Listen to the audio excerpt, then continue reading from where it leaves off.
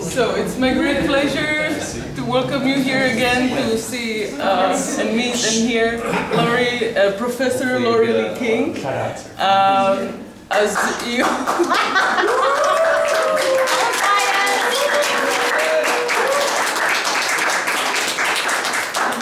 know the story. She was here for a conference at the Charles University in June, I believe. What was the name of the conference? Memory Studies Association. Yeah, but they wouldn't speak about the memory of Palestine, and not just memory, but current genocide. I mean, how ignorant can you be at the time of genocide?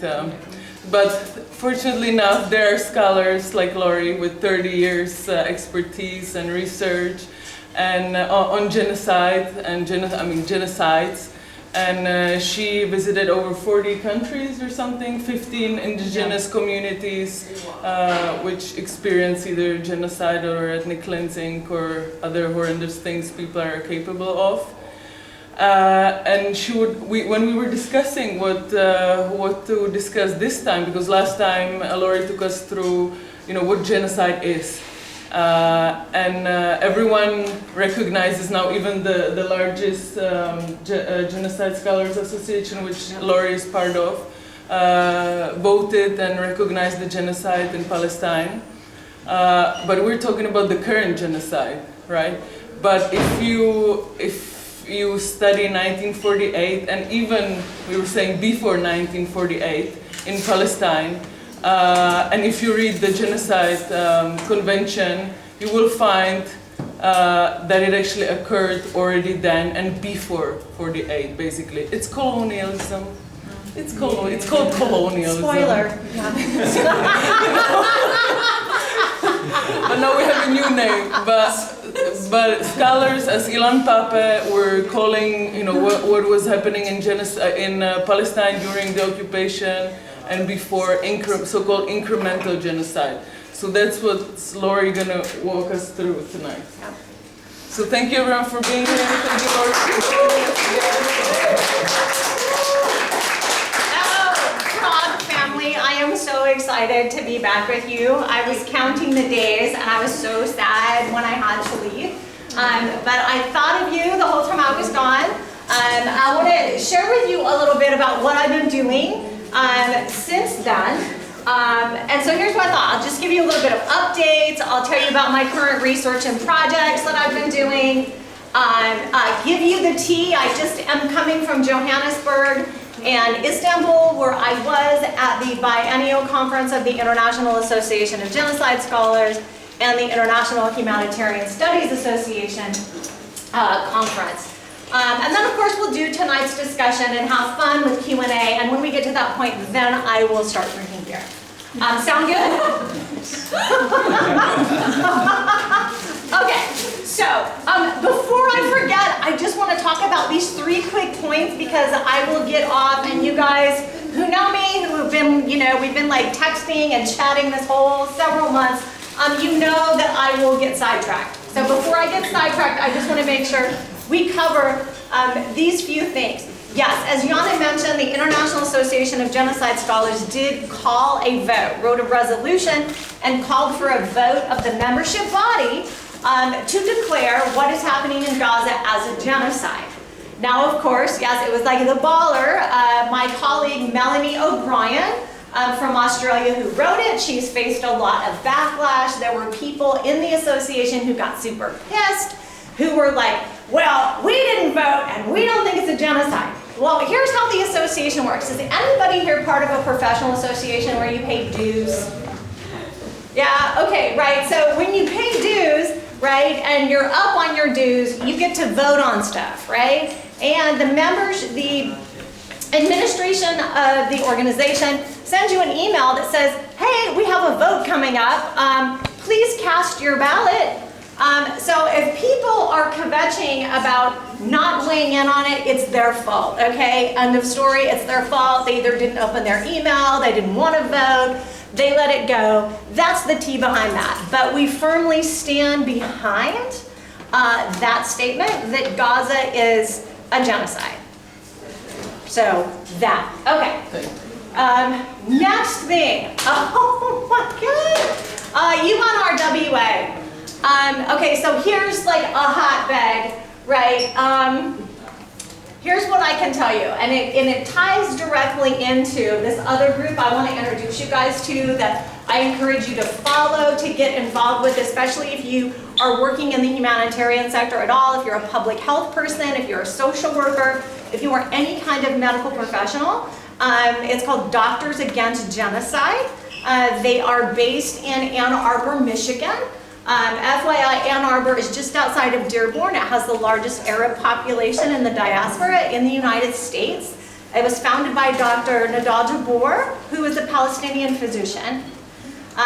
Every Sunday, they do a live stream that you can join, and you are hearing updates from people on the ground in Gaza, from professionals there, social workers, civilians, journalists. So you're getting like the straight scoop.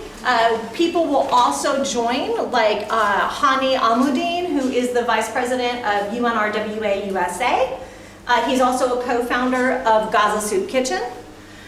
So he will join people like Antonio Aguilar, who is the whistleblower from the US Armed Forces. We get to hang out with him. Highly, highly recommend. So I connected with Doctors Against Genocide. Going to their conference was one of the things I did in September after I went back to the States. And one of the things that you get to do, again, on those Sunday things, is you can hear it from the people on the ground. So on the ground, UNRWA is still operating, okay, despite what you hear in regular news media or maybe not hear, right? And they are doing so a lot under the auspices, kind of flying under the radar with other NGOs, right? Now, you will hear things like the Israeli media will be like, oh no, there's like clinics and hospitals still operating. I don't know like what they're talking about, like in that building, the clinic's still running. Well, here's how that's deceptive, right? So, sure, right? Like there could be a UNRWA or UN clinic or Doctors Without Borders clinic, and it's been bombed out, right? But another local mutual aid group will go and use that space because there maybe is still some walls, you know, some infrastructure still there. And so, because it is under use, Israel will report, oh no, there's a clinic there. There's something going on there, right? These are the kind of great things that you can find out by getting like plugged into this network. So that is one of the things that I've been doing, which has been great for me as a humanitarian health professional and genocide scholar. Great group of people. If you want after, I can spend some time with you over beer and tell you the whole story of Dr. Jabbour cussing out the lady from the UN who was at the Genocide Scholars Conference and them trying to cut his mic. And there was like lots of really good tea that happened. I was like, oh my God, right? And like the guy who like founded this iteration of the Genocide Scholars Conference was like hitting on the young interns and like trying to buy them shots. It was crazy. It was absolutely Oh my God. I mean, okay, so before I spill too much tea and get distracted, see, I told you I'd get distracted. I'm gonna tell you a little bit about like what I did after I left you guys. So after I left you guys, I went to Poland, right? I told you guys I was like doing research and specifically, you know, studying resistance movements during the Holocaust and visiting great sites where resistance happened. So I went to Warsaw. I spent time where the Warsaw Ghetto used to be. I spent time in the Ringo Blum archive.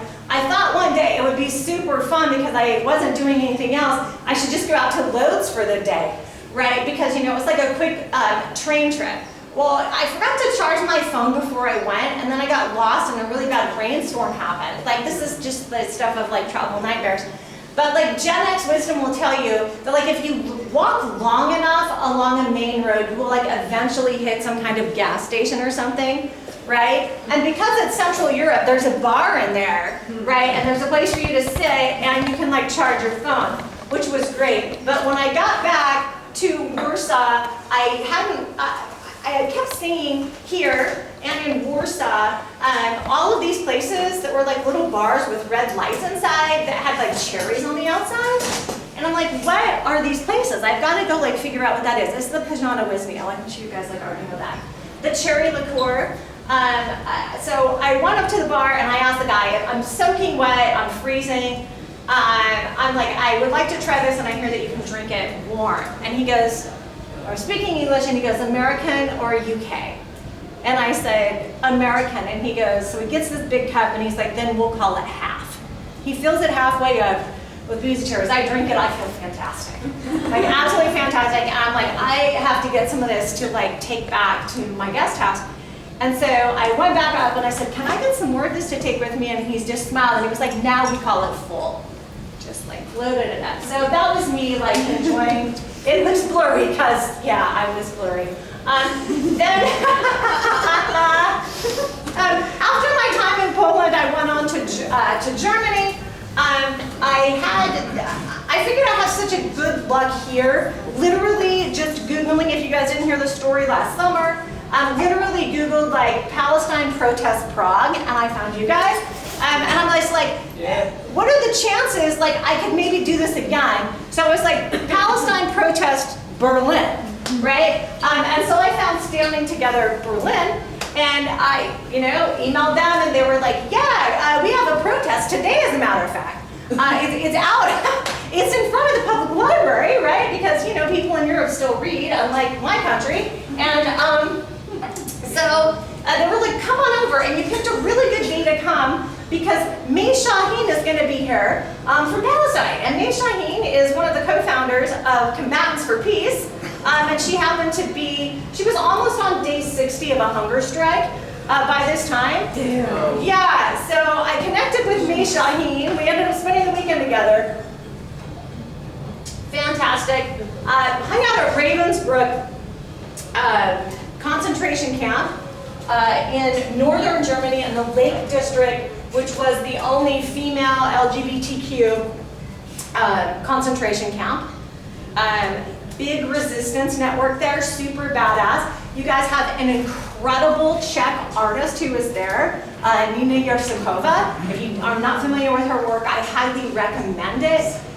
She was the master of dread and satire. For example, she wrote an opera when she was in there. She made a, air quotes, fashion magazine and would draw pictures of the prison guards, right, and be like, for this season's massacre of people, don't be caught without, right? And then she would draw it. It was legend. She's absolute legend. So for real, check her out. I also visited other historic sites. I went to the Bebeplatz where the book burnings took place. And I went to the Wannsee Conference House. Anybody know what happened at the Wannsee Conference House? The final solution. Yeah, final solution. And I found that I was doing really well because most of the time this sounds weird, but you guys get the context, right? I'm so fine with genocide. I can talk about it all day, every day. I've been doing this for 30 years, right? Until it's the genocide of your people. When I was walking up to the lawn of the Wannsee Conference House, I projectile vomited, right? So now I can add to my list of accomplishments puking on Hitler's lawn. So, right, so I'm super fine with that, right? So that's basically what I was doing travel-wise. Now, how did that translate out for me with the actual stuff that I'm doing? Right, so one of the things I'm going to share with you tonight is actually something that I've been working on that builds on my doctoral research, right? And it builds on a genocide scholar by the name of Helen Fein, right? And she's the one, if you guys were at our discussion last summer when we were talking about definitions of genocide and how originally Raphael Lemkin had an expanded version of genocide and other scholars came to build upon that. She is actually the OG person, right? But basically I am using the framework that she set out to reclassify acts of resistance that happen under mass atrocity, right? Again, this is more conversation for shots and stuff, and then I promise it will make sense, right? One of the things that we don't do in frameworks of transformative justice or restorative justice, we actually just don't use the word transformative. We're just restorative justice or transitional justice, right? Well, whose justice are we talking about, right? War's not over when it's over. And one of the things that we do not mandate when there's something like a Truth and Reconciliation Commission or something like that, we don't mandate psychosocial programming. We don't mandate therapy. We don't mandate other forms of care for people. It is one of these things that is like an add-on. If you have extra money, if you so desire to do it, anybody want to take a guess how much we spend just basically on war every year? Like 14 billion, right? Like in like global like defense budgets, right? 14 billion, and that's just like direct stuff. We're not talking about the shady shit that happens like, you know, when the US is giving Israel 3.3 billion, right? We're not talking about that. We're just like outright, I'm not even gonna lie and say I'm not conflicting somebody, just 14 billion. Of that, guess how much money we allocate towards reparative services like that? No, absolutely zero. Absolutely zero. So it is a matter of like anything, it's political will, right? And it's about prevention, right? Like we have some really messed up leaders, right? And I would even go so far as to say, right, we become products of our environments to a certain extent, right? So let me just say it this way. The leaders we have right now that are pushing the genocide buttons, they are some of the most dysregulated MFs like on the face of the planet, right? They absolutely are. So I think that we should be mandating mental health and psychosocial support services, right? So that is one of the things that I'm working on. And then there's a pedagogy that I developed on mainstreaming genocide education and atrocity prevention. Basically, you can do it in any class that you're teaching. So that's what I've been up to since I left you in the summer. And so now I'm going to lead us into tonight's question. You guys ready? Ready? Ready? Okay. How did we get here? If you can't read it, it basically says everyone else is lying and Israel's the only entity telling the truth, right? The International Criminal Court's lying, UNICEF's lying, Oxfam's lying, journalists are lying, Palestinians are lying, the Red Cross is lying, your grandparents who went through the Nakba are lying, Francesca Albanese is lying, right? World Surgical Foundation is lying. That's a projection. Right, okay, like it's a projection. But how did we get to the point where they're even ballsy enough to say that? Propaganda. Propaganda, okay, what else? I would hire some good psychologists for them because they need to go through some trauma which happens to them, to their ancestors when they were in this camp. Right, again, this is why we need to mandate mental health and psychosocial services. And there's even, I'll give you an example, there is a sociologist who also studied psychology and history, Eugene Kogon. He is a Buchenwald survivor, a Buchenwald camp. He was a Christian pacifist. He opposed the Reich, and so he was like thrown in a camp, right? And so he wrote this book talking about what happened to him and about prisoner psychology afterward. And he said in 1950, when he published his book, mark my words, if the global community and the global community of psychologists do not get in front of this and deal with this, you will start paying for it in 30 to 50 years. Whoa. Yeah. And here we are, right? So, we've got propaganda, we got people just being like ballsy, we've got traumatized people. How else did we get here? Like, you know, maybe if you're 3 years old, like your kid says it right. That wasn't me. I didn't do it. Denial. Right? Oh, okay. Can you say a little bit more about that? I don't know, but I was, because I'm not searching why the evil is even here, and I discussed about it with AI, my best friend. Now. Chatty G, yeah. Yeah, you know it. Yeah. Yeah, and the denial probably is something like the, because Israeli public are pushing on the IDF, and they know that they are not doing good thing, And but they're doing it because there are also some psychological things that I don't know if I'm explaining well, but they're in some kind of stress or some kind of like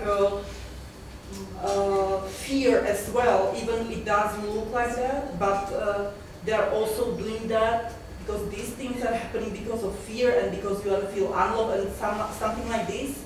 And I don't want to sound soft because I would put bomb on them, but just like that. Like this. Right, so there's a psychic stressor, right? Just like a community psychic stressor, right? Well, you were like straight on, like with the denial, right? So one of the big guys in genocide studies now, Henry Thoreau, talks about denial is actually being the first stage of any given mass atrocity or genocide, right? If we think back to like other scholars that we talked about in the summer, like Gregory Stanton, the one who was flying the shots for the interns, he uses denial as like the last stage of genocide, right? Never happened, didn't happen, right? Well, Henry Thoreau is like, actually, ongoing denial is the problem, right? So it's like the colloquial saying that we have in the United States about like history repeats itself because nobody listens. It's actually history repeats itself because nobody's ever teaching real history or talking about real history and engaging it in the first place, right? So there's just like a full-scale denial that we're stepping over, right? Then we have like dehumanization is obviously like a big part of this, right? And that's something that happens and that gets woven into every sector of society without us even realizing it, right? Or something that I sometimes think about and like call it like the Grand Canyon theory, right? Anybody want to take a guess about what that is? So when you're erasing history, like. When you're a scholar, you can just make shit up, right? Right, and so, seriously, you guys, that is why theories get named after the people who, like, not even sometimes invent them, but they publish them first. Then it gets their name on it. Not even kidding, not even kidding. Okay, so, like, the reason I think about Grand Canyon is this, right? Millions of years, water did this. Water did slow erosion, right? It didn't happen overnight. If we were living back in like the Neolithic era, would the Grand Canyon have looked like this? No, it's probably like a little stream or something, right? That our like ancestors were camping beside, like making a fire, right? It happens gradually over time and you don't even realize it, right? Anybody ever, like classic example, go to visit your a relative or a really good friend of yours and you haven't seen him in a while, and you notice how much they've aged since the last time, right? Like when I see my mom, like it really hits me, right? Or I see my godson, like, right? And I'm just like, one of my godsons just had their wife gave birth to their second child, and I'm like, I was like changing your diaper yesterday. Like, how is this even possible, right? Gradual, you don't realize it, right? Does that make sense? Yeah. Right? Like slow, gradual erosion, right? So when we're thinking about genocide, like what does this even mean? Well, there's two things that it means, and I want to intentionally kind of set a framework to share this framework with you so that in hopes that it will also begin to provide some nuance for you, right? When we are talking about acts of genocide, what do you think of? Like you think of Gaza like right now. Injustice. Well, yes, of course, injustice. But what do you think of, right, an act of genocide? If somebody says, right, like somebody in the media, and they will always use this because they don't want to say the G word because then they're supposed to act. Acts of genocide may be occurring. What do they mean by that? The infrastructure being destroyed. They're not just killing people, they're trying to Yeah. erase their culture. Right, so- Means of survival for this group. So we're like obvious things like we're bombing shit, and we're massacring stuff, right? It's obvious, right? It's just like, how many schools can you possibly bomb? How many roads can you possibly take out? And here's the thing. We talked about them. Why? Because they were documented. That's how we know about it. What about the ones that aren't documented? Since 1948,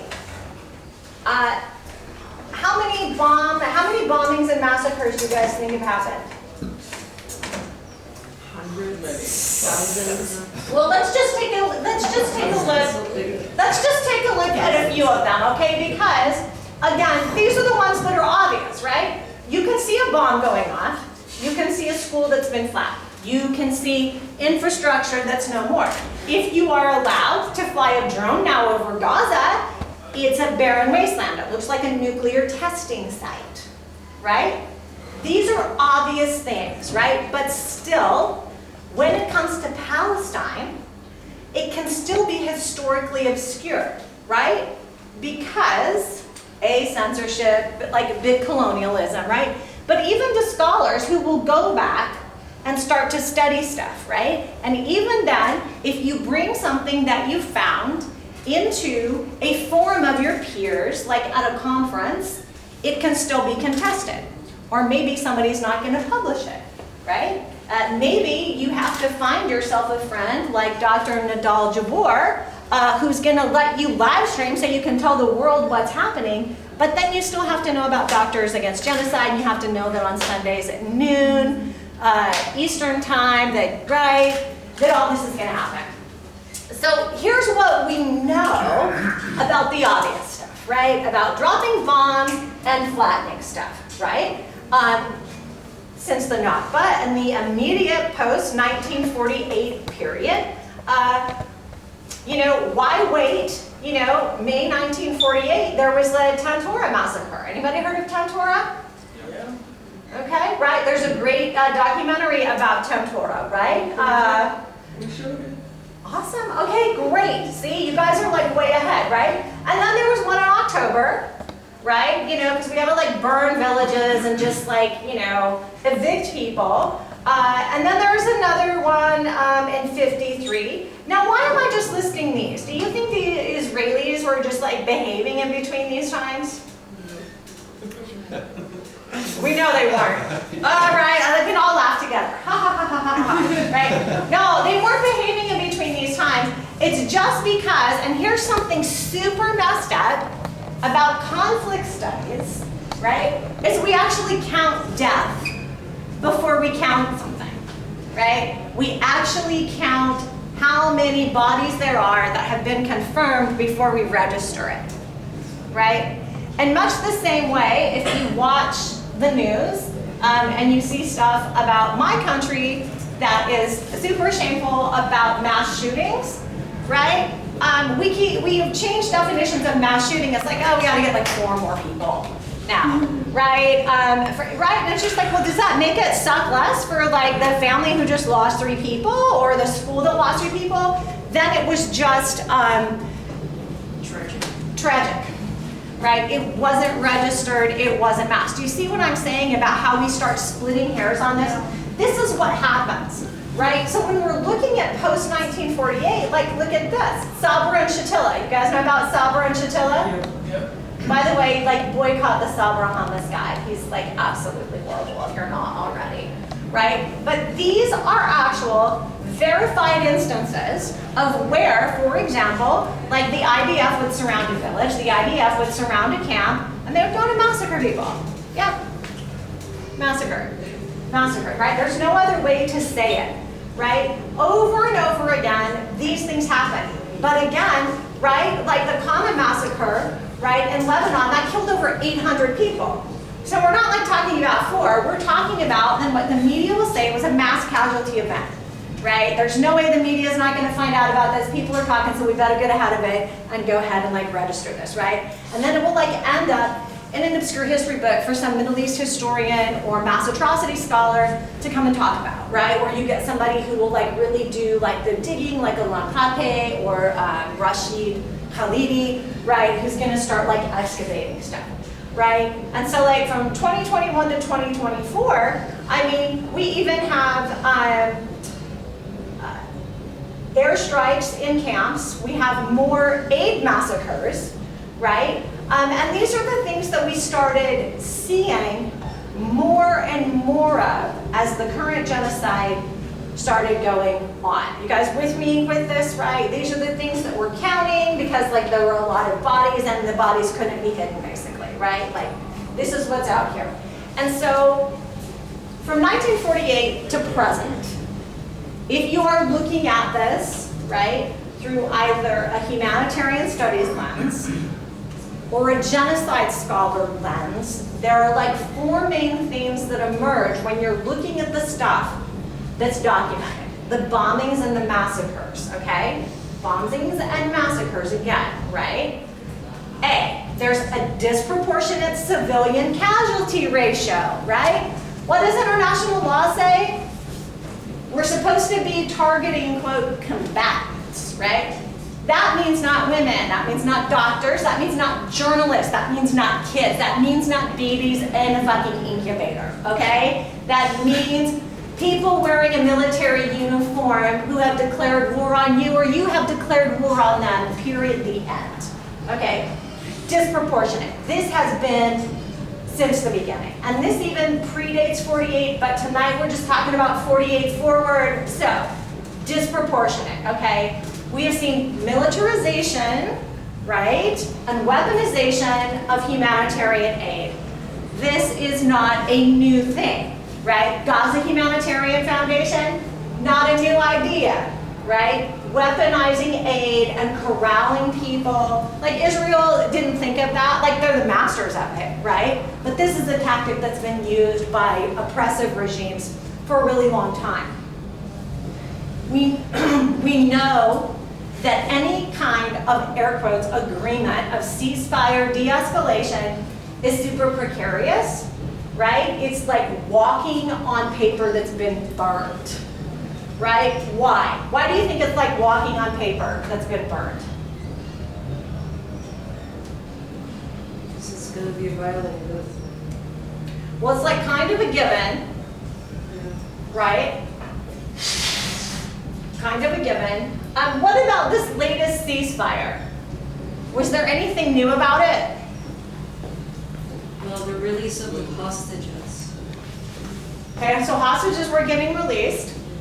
Okay. But not all of them, no. Palestinians, Not all of them. most of them stay there, no? Right? Well, because Palestinians are prisoners. Right, Palestinians that are detained, right, in military prison in Israel, they're not considered hostages, right? So again, we're playing with words, right? They're not considered hostages, but anybody want to know when this idea, this current ceasefire idea came about? Trump. No. No, long before. Hamas agreed to these terms in October of 2023. This is Right. nothing new. Exactly. This is nothing new. Again, we're coming back to this idea of political will. The fragility of ceasefire mechanisms. Was Hamas allowed at the table? What? How are we going to negotiate a ceasefire? Yana and I are pissed at each other, but I'm going to go drink beer with Tom and talk shit. Like, how is that going to solve anything? Right? How are we going to solve ceasefire together if we're not present together as equals? It was flawed from the beginning. And this isn't new to this ceasefire. This is over and over again. This is every single, quote, peace accord, peace treaty, agreement that's been called since 1948. This includes the Oslo Accords, right? This includes after 67. And then, of course, there is just the outright impunity on behalf of Israel, right? Anybody raise children? Nieces and nephews, just young people generally. What happens if you don't follow through on discipline? I told you I'm taking your keys away, and you're not going to be able to drive the car unless you do your chores and unless you make enough money at your job to pay for your car insurance, I said to my son. Man, was he surprised when I actually followed through on that, right? But what would have happened if I would have just let it go? You would just repeat the same behavior. Now, I told you to stop hitting your brother. I really mean it this time. I'm going to put you in timeout.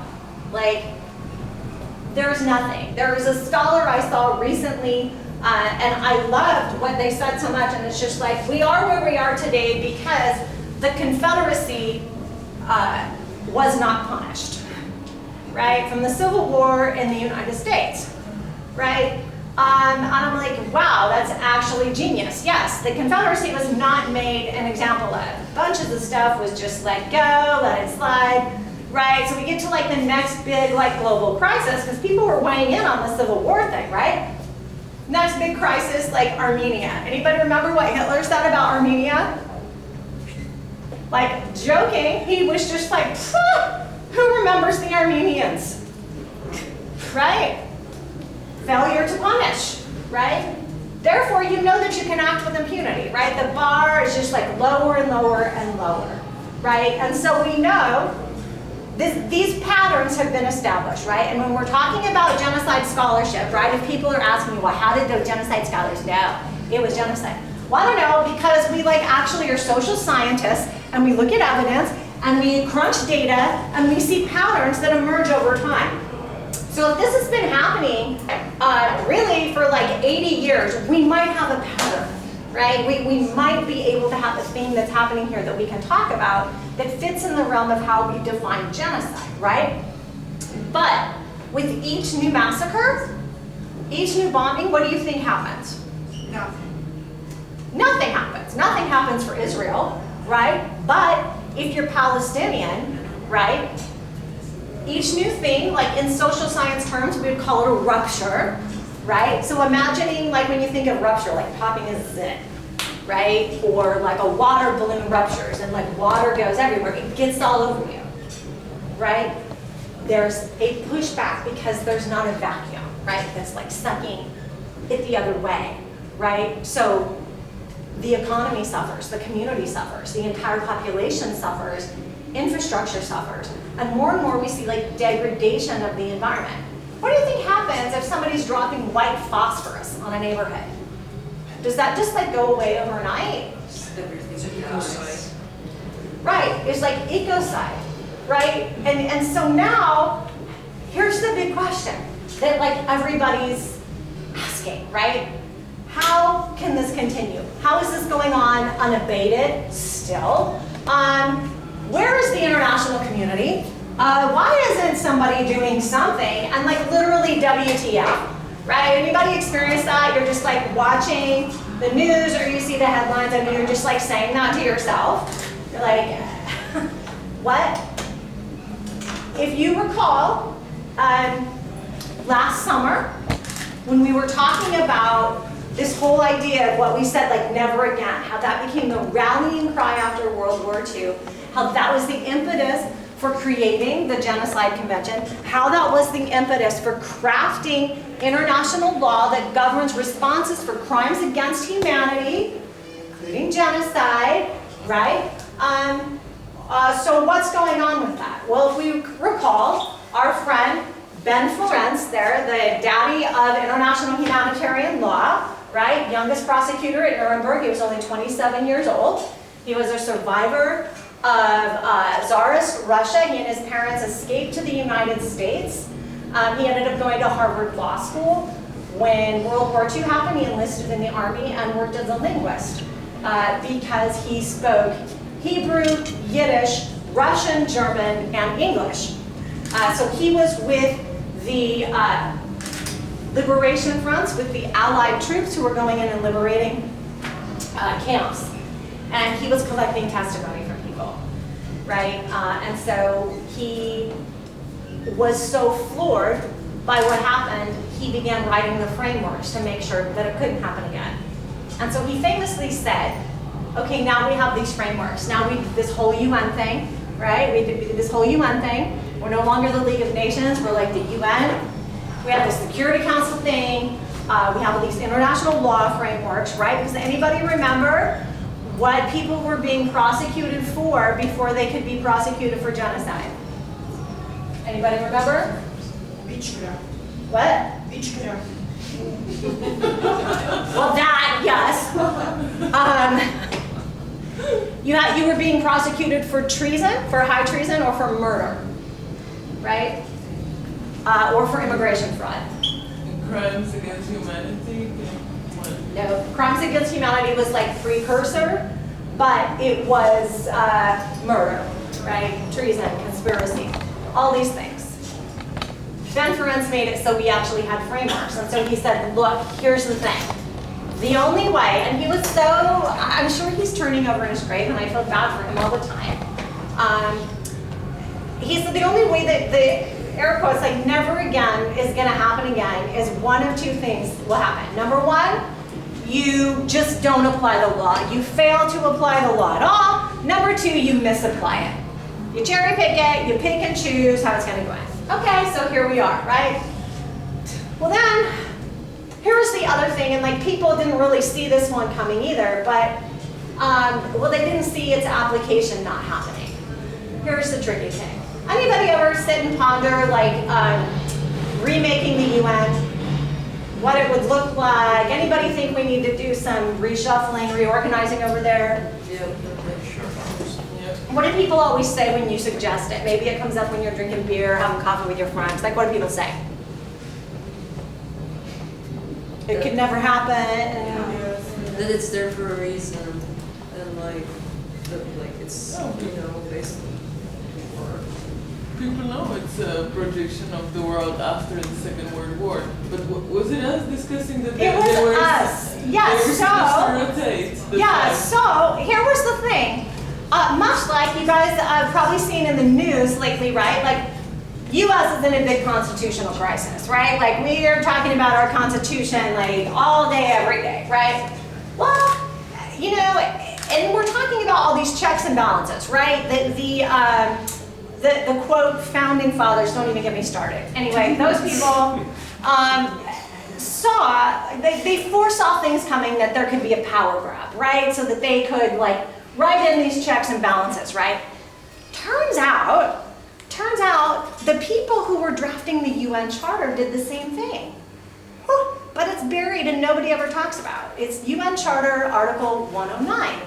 And what UN Charter Article 109 says is that, hey, you guys, the same people should not be sitting on the Security Council forever. In fact, the people we put here, they're just here for this time, like after World War II, and they should like rotate out within a decade, because like that's gonna get old and we need to make room for other people. The leadership should reflect what's happening in the world at present.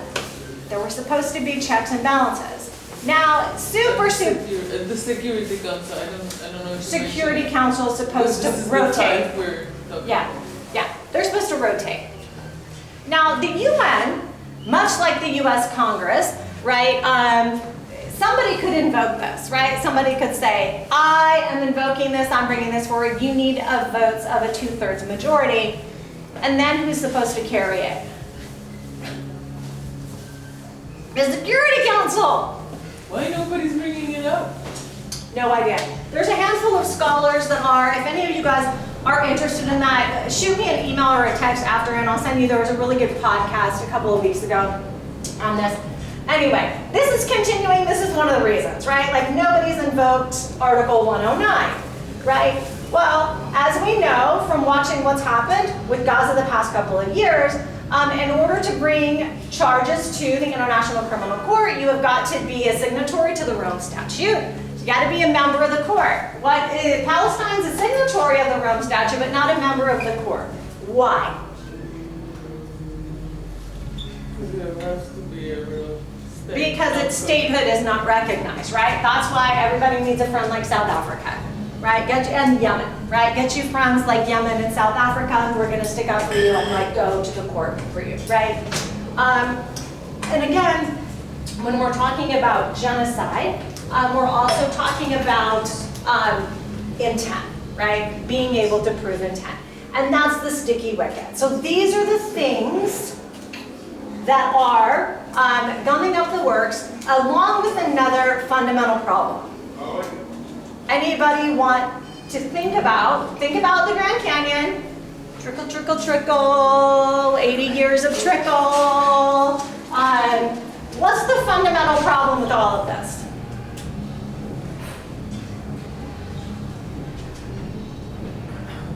Is Israel recognized as a state? Oh, it doesn't have borders. Well, Israel doesn't have a constitution. And constitution. But the fundamental problem is thus, right? This is the elephant in the room. And this is why I love James Baldwin, right? You know, Israel was not created for the salvation of the Jewish people, right? It was created for the salvation of Western interests, period, the end. Period, the end, right? Balfour, Churchill, everybody was playing gamble with Palestinian lives for their own geopolitical interests, right? For interests against, here was the other thing, they did not want the Ottoman Empire to reform, right? I mean, that's just the ugly truth of it. That's the simplest way to say it, right? And so, if we think about that, we're also thinking about calculations when we are willing to engage in conflict. And what's the bottom line of that? When we're willing to engage in conflict, or we're willing to support our allies who are engaging in conflict, what's the bottom line of that? Innocent people die. Mm-hmm. Can you say more about that? You're still on the right track.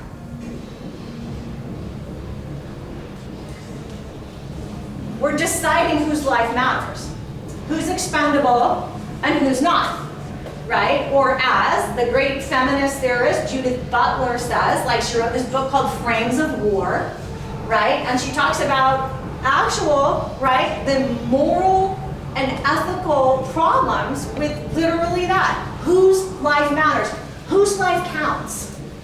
And when we're talking about that kind of crazy psychology also got seeped into when were these statutes written? When was international law written?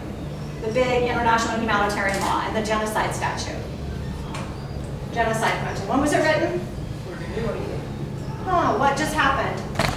I think the genocide basically of the Palestinians. Huh. Well, the Palestinians, yes, but I mean, The war. yeah, nobody was thinking about that.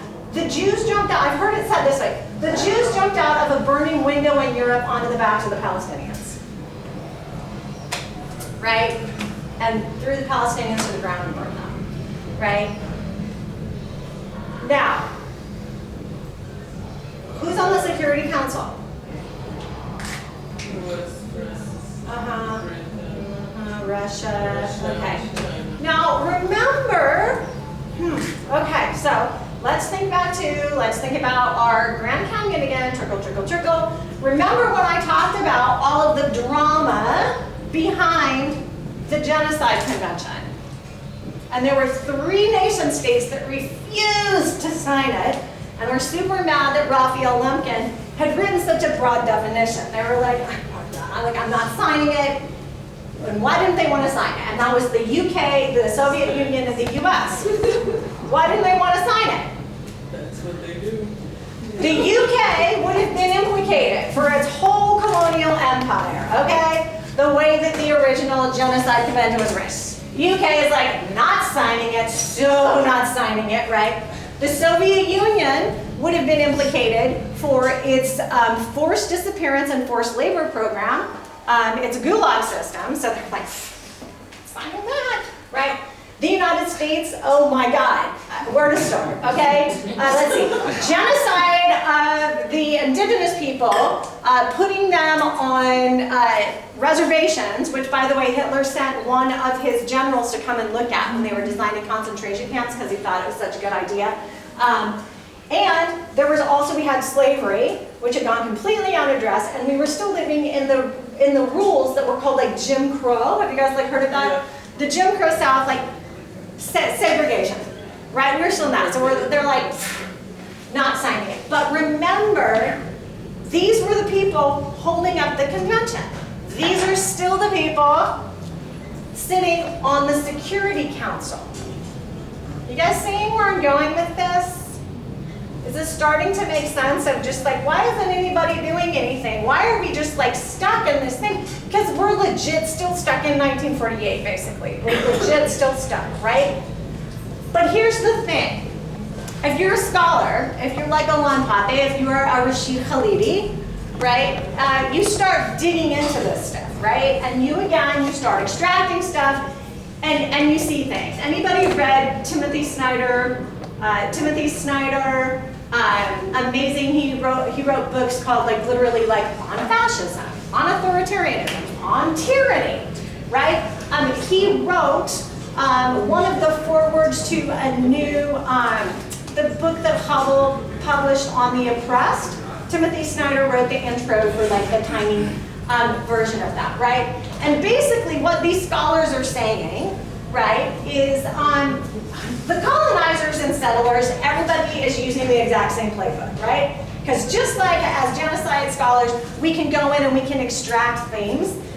We can go in and extract things from these people too, right? Extract, occupy, conquer, erase. The end, that's like super like simplified, right? But you're doing it for the long haul. It's incremental. When the colonizers showed up to North America, did they tell the indigenous people they were gonna like stay and never leave? Or did they, what did they say first? They're guests. Hi, we come in peace. We're like so excited to meet you. Looks like you've got some great land here. Man, look at the wood there. You've got some resources. We get gold. All right, sure, yeah. We totally want to trade with you, right? Oh, if you could just move over here for a little bit. We're going to sign this treaty with you. Okay, it's going to be in English. I know you can't read it. What, you don't want to sign it? I'm going to put a gun to your forehead and then see if you want to sign it. You do? Okay, right? Signed under duress. It's the same thing. You're not saying it at the outset, but this is how it turns out. So, in my scholarship, I aspire to be like this woman, Dr. Helen Fein, and she's the person who I based my doctoral research on, right? In 1979, she asked, aside from those obvious acts, right? Blowing shit up, massacring people, what else is genocide? What are the things that are going unsaid that we're not saying about genocide? Because there's a lot. And she started revisiting the stuff that Raphael Lemkin had said, and she's like, I think we need to bring this back. We clearly need to bring this back because y'all aren't listening, right? And in 1982, she established the Society for the Study of Genocide, right? In 1980, she started talking about this idea called the erosion of life integrity rights. And what she liked about that is that these rights existed, these ideas, they existed in almost every society and community before we had this thing called the Universal Declaration of Human Rights, right? Every society had these basic things out there for people. And she's like, I think this is a better application and lens for us to be using. As her scholarship progressed, she ended up writing in the 90s on her genocide by attrition theory, right? And that's when she brought back Lemkin on steroids and said, yes, and. So here's what I'm gonna do for you. She's like, apartheid, yep, South Africa, genocide, it's genocide by attrition.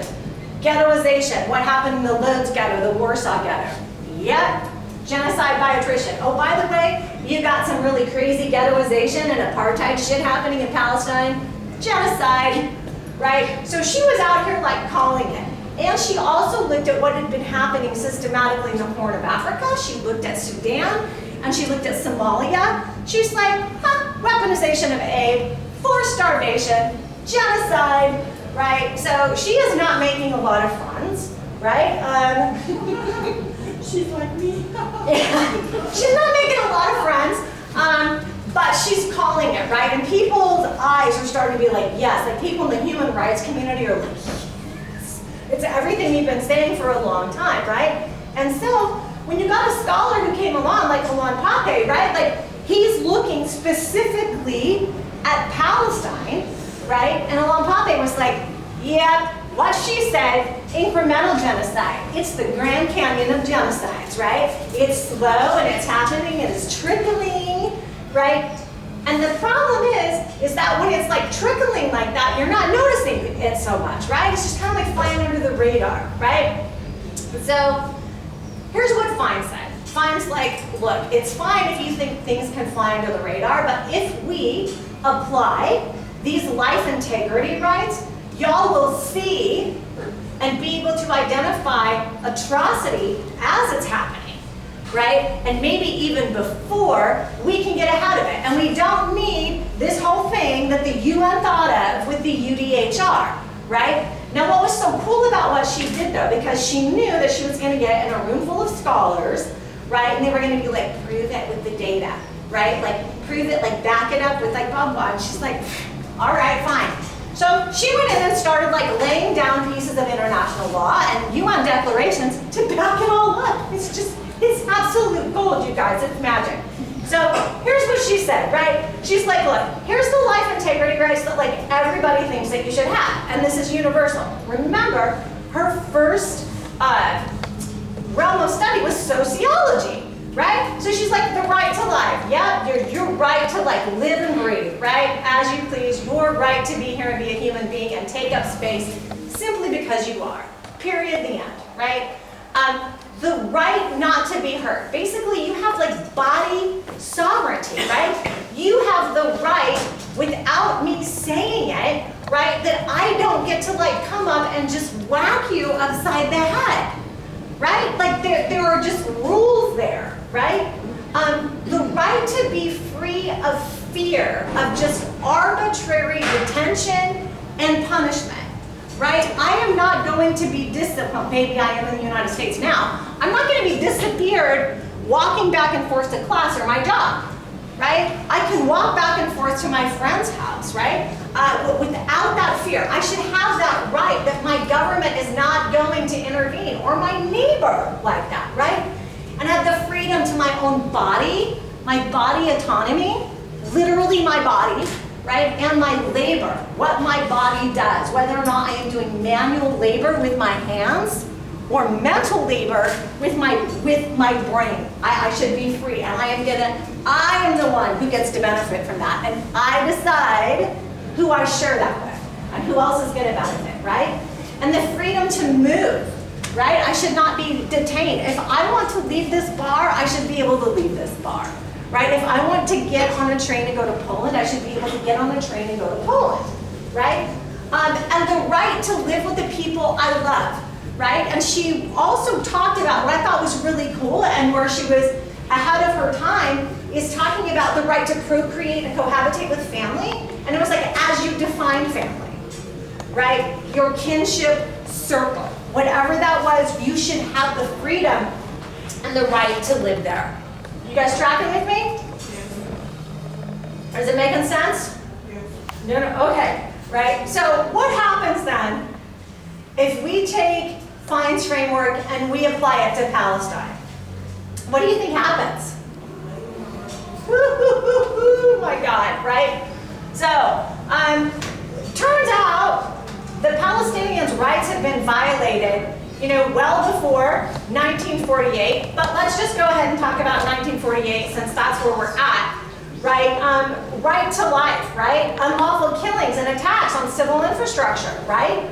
The systematic destruction of hospitals, water, and food supply, right? When we're talking about the right to life, the thing that we're also talking about, right, and this is where it gets in with genocide and intent, right? the conditions that support life. That is what genocide is talking about. Are you taking away the conditions that support my life? My ability, so what do I need? Food, water, clothing, shelter, transportation. Are you taking those things away? Right?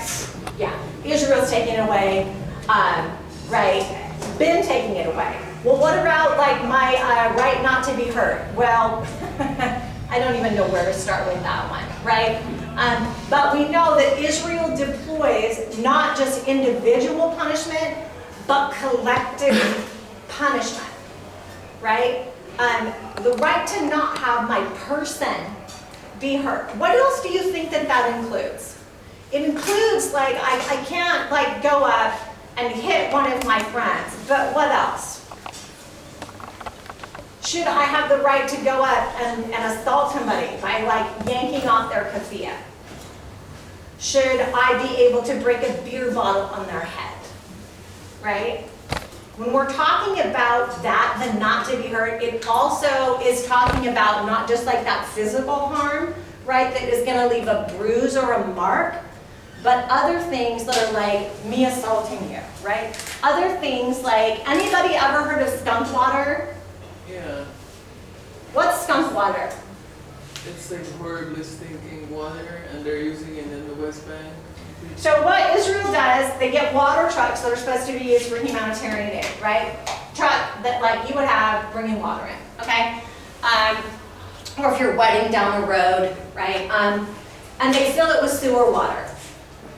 And they drive through the streets of the West Bank and they spray it from both sides, and they're spraying people who are just walking, going about their business, right?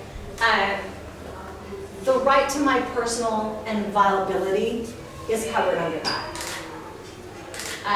The right to against arbitrary detention and seizure. We all know that Israel has two different legal systems, right? It's got military court and it's got civil court. If I'm Palestinian, where am I going? I'm going to military court. I'm not going to civilian court, right? I can be detained for years, and I'm not called a hostage. So therefore, I am not eligible under when we're doing any kind of like international brokering. My life's not worth anything, right? I've been declared an enemy of the state. The restriction of labor, the restriction of the right to livelihood, and the blockade. What is the blockade doing? The blockade is cutting off my right to basic goods and services, water, food, nutrition, medicine. Blockades are also limiting my ability, my freedom of movement. If I live in Gaza, and I need, let's talk about Gaza before this current genocide.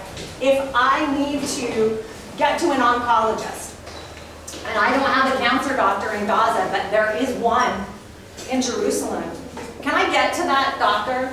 No. No, I can't.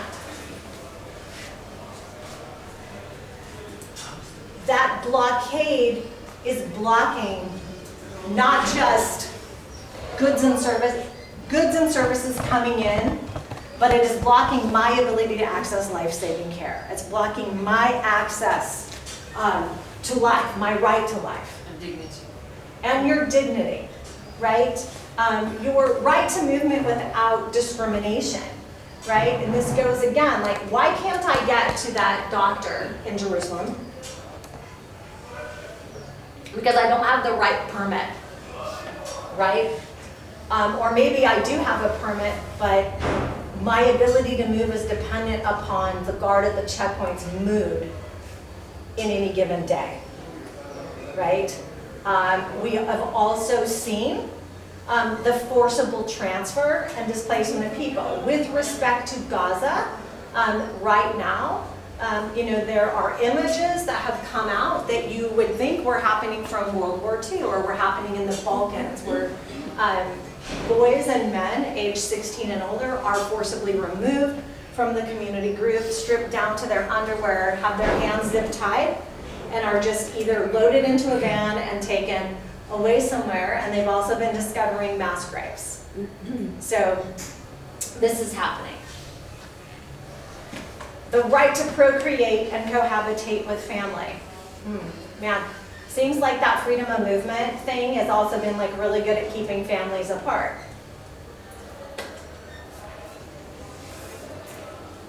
It is not an accident. Every single one of these violations is intentional and on purpose. What am I breaking down besides a society?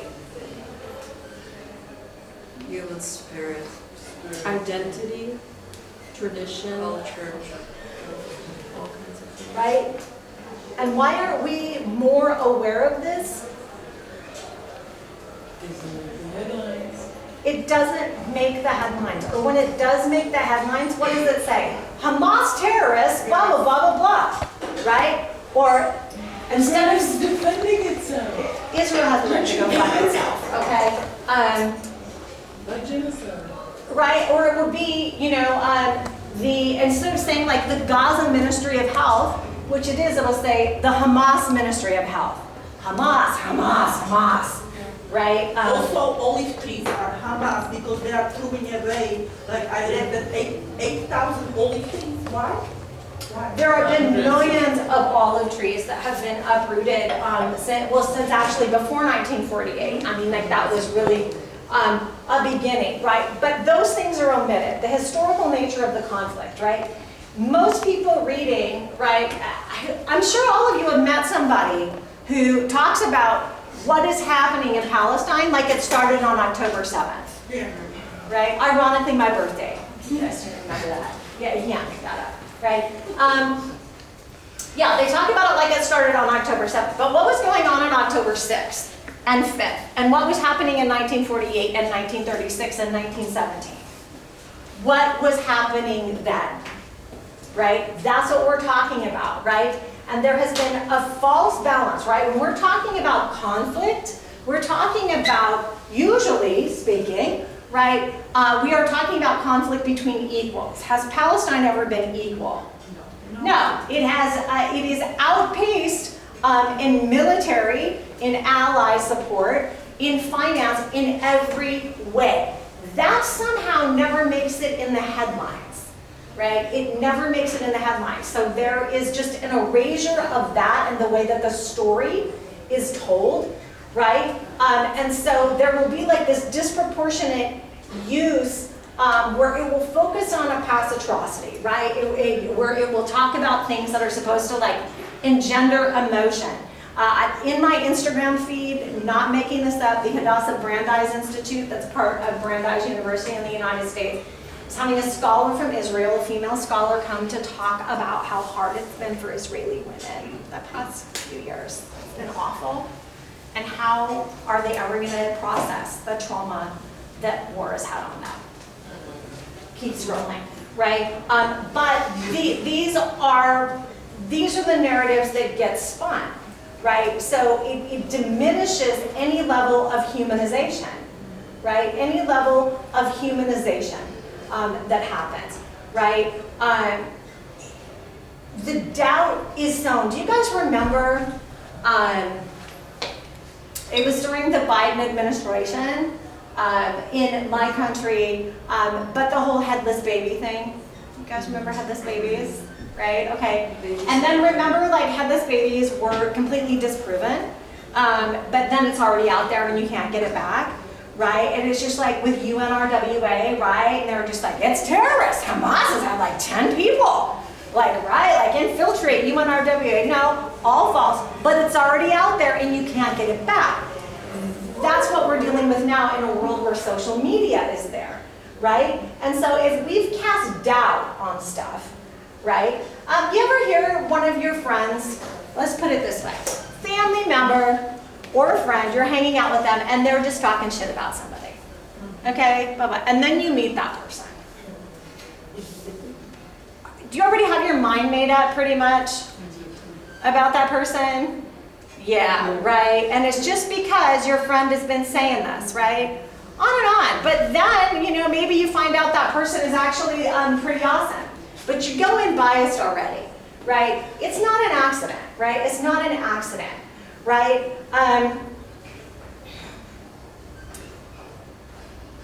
When you look at the headlines, what will it will say, it will give credence to the Israeli government. Israel says blah, blah, blah, right?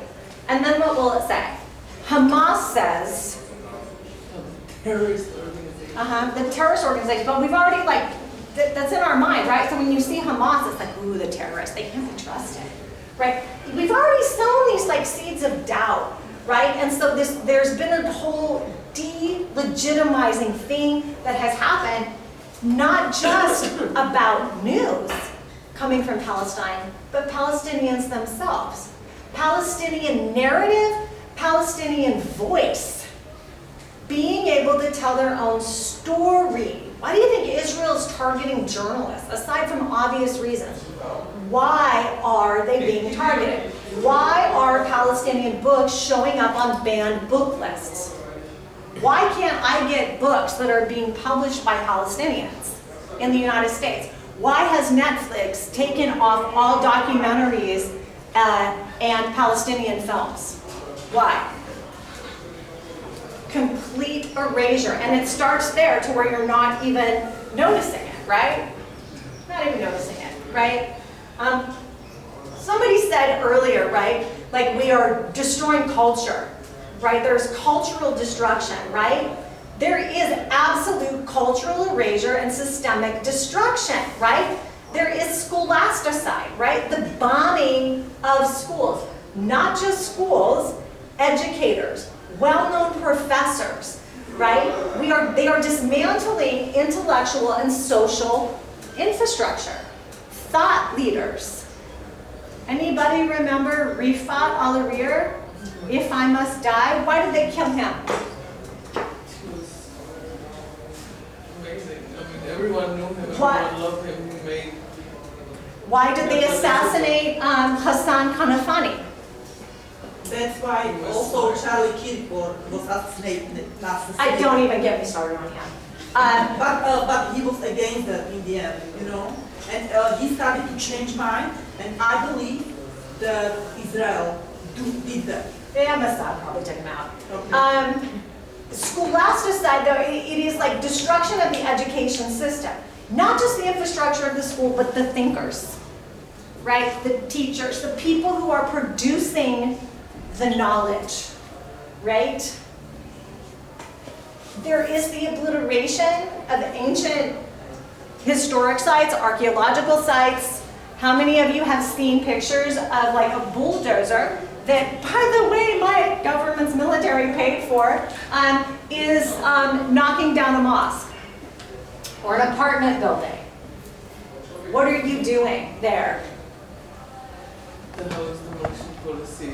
I always thought this was like really the embodiment of this incremental genocide. If you are taking away somebody's place of worship, what are you doing? And if you are somebody who goes to that place of worship, what happens in your spirit, in your mind, in your body when you see that happening? What does that say to you? What does that say? And you're watching it over and over again. And desecration of memory. If I'm destroying the archaeological sites, the historic sites, the spiritual sites, and I am going in, and this shit was happening before 48, but let's just talk about since 48, right? The bombing of cemeteries, okay? You can't twice dead people, right? So there's only one reason that you're bombing a cemetery, right? Like, why are you bombing a cemetery? History. Erasing history and identity. You're taking away history and identity, right? And one of the most heartbreaking things I ever saw, like heard in an interview, was the Palestinian writer and poet Mossab Abu Toha. And this was just a couple of months ago, and he said, you know, they've made it so I cannot fulfill my duty to go and recite the Fatiha on my grandfather's grave. Right? And there was a Zionist leader that I forget who said it, but in talking about their plans for the wholesale destruction of Palestine said, the old ones will die and the young ones will forget.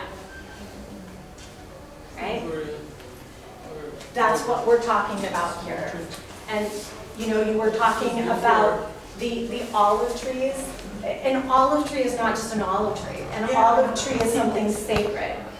You know, it is, you know, the indigenous promise, you are the land. You cannot be separated from the land, right? And it's just like anybody whose heart doesn't break seeing that picture of the woman like clinging to like the last tree, like God help you. Like your soul is like absolutely broken. But what happens when we're looking at this, right? And this is where like a humanitarian studies perspective comes in. It is like a de-development. And like, here's another word I just made up, like futuricide. I can think of anything else, right? But you know, you basically, like Israel has targeted any capacity of Palestine to rebuild. So we're killing the doctors, we're killing the journalists, we're killing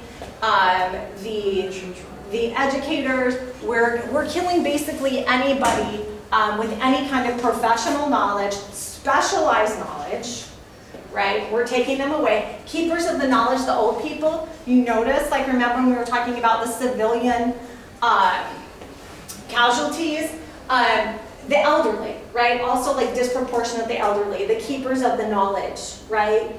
The elders, the people who also possess the cultural knowledge, right? The grandmothers who know how to do tatris, right? The moms who are going to teach you how to forage and make your zatar, right? Like we're losing that. They're going to teach you how to get like the crusty rice on the bottom of the tadid, right? Like all of that is being lost and it's being like targeted intentionally, right? So it's just like, it also destroys when we're talking about not just like the memory, again, like the creation of knowledge, things that are specifically Palestinian, right? The epistemic knowledge, as we'd say, and like academia, like where that knowledge just comes from Palestine.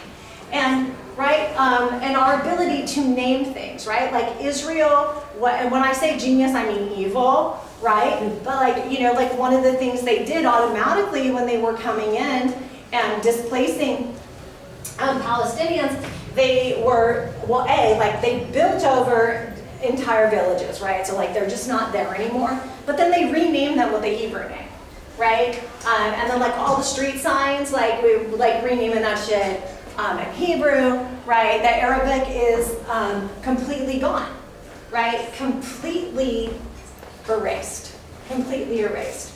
Now, if I also destroyed, anybody follow or like, are you grabbed by the issue of homelessness? Does that bother you? Any like homeless activists? Yes. Okay. I'm buying them food sometimes.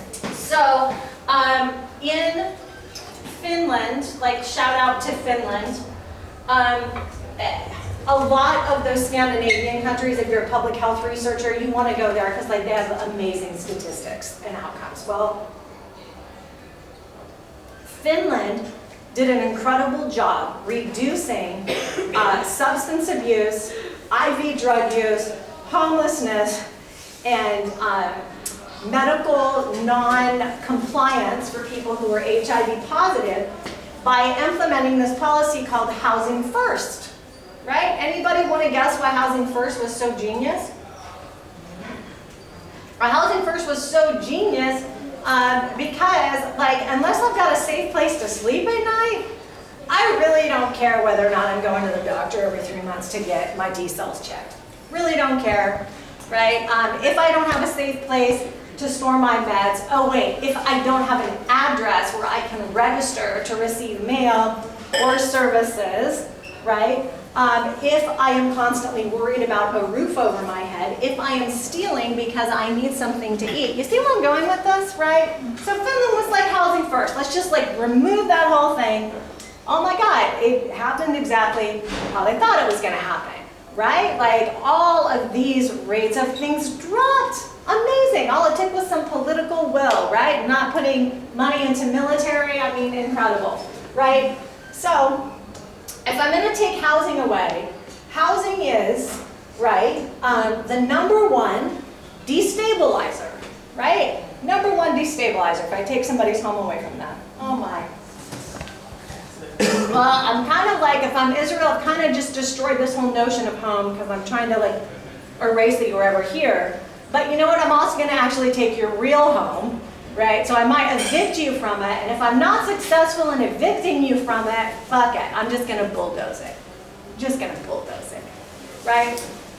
And you don't have to take my word for this. But there, you can get on YouTube, you can Google this, right? Again, bulldozers from the US military, right, will drive down a street driving over cars and people's houses, because it's like the big construction bulldozers, like as tall as this room, right?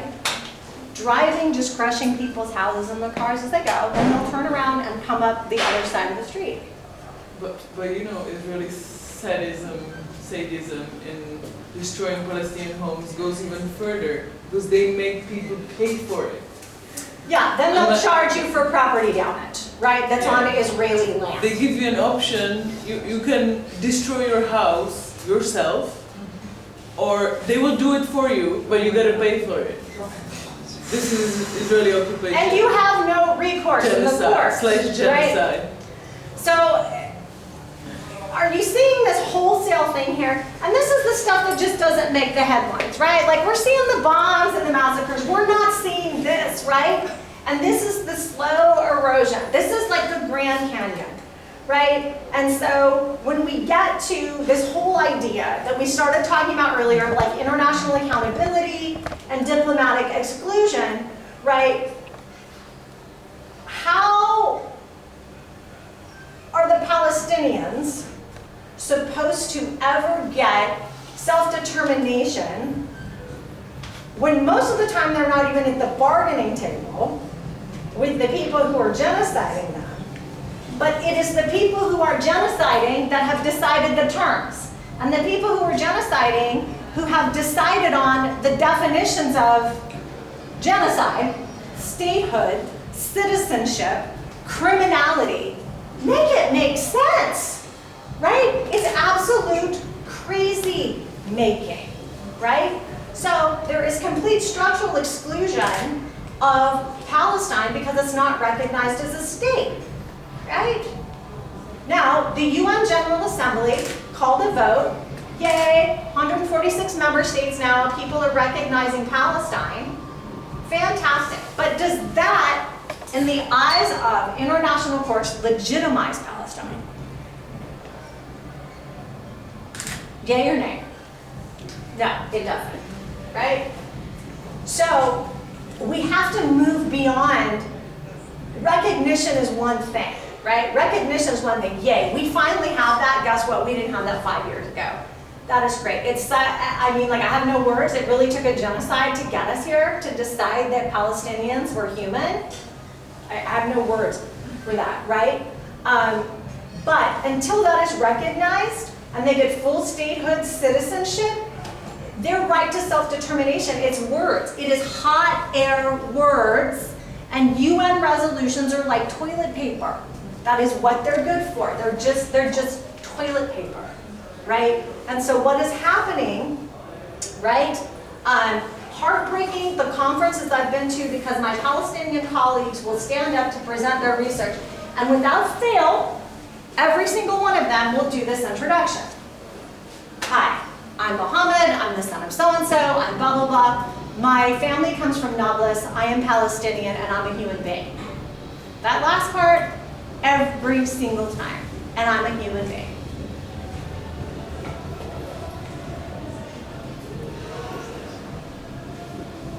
If you ever get the chance, if you are so inclined to nerd out on this, what we were talking about, the dignity, the dehumanization here,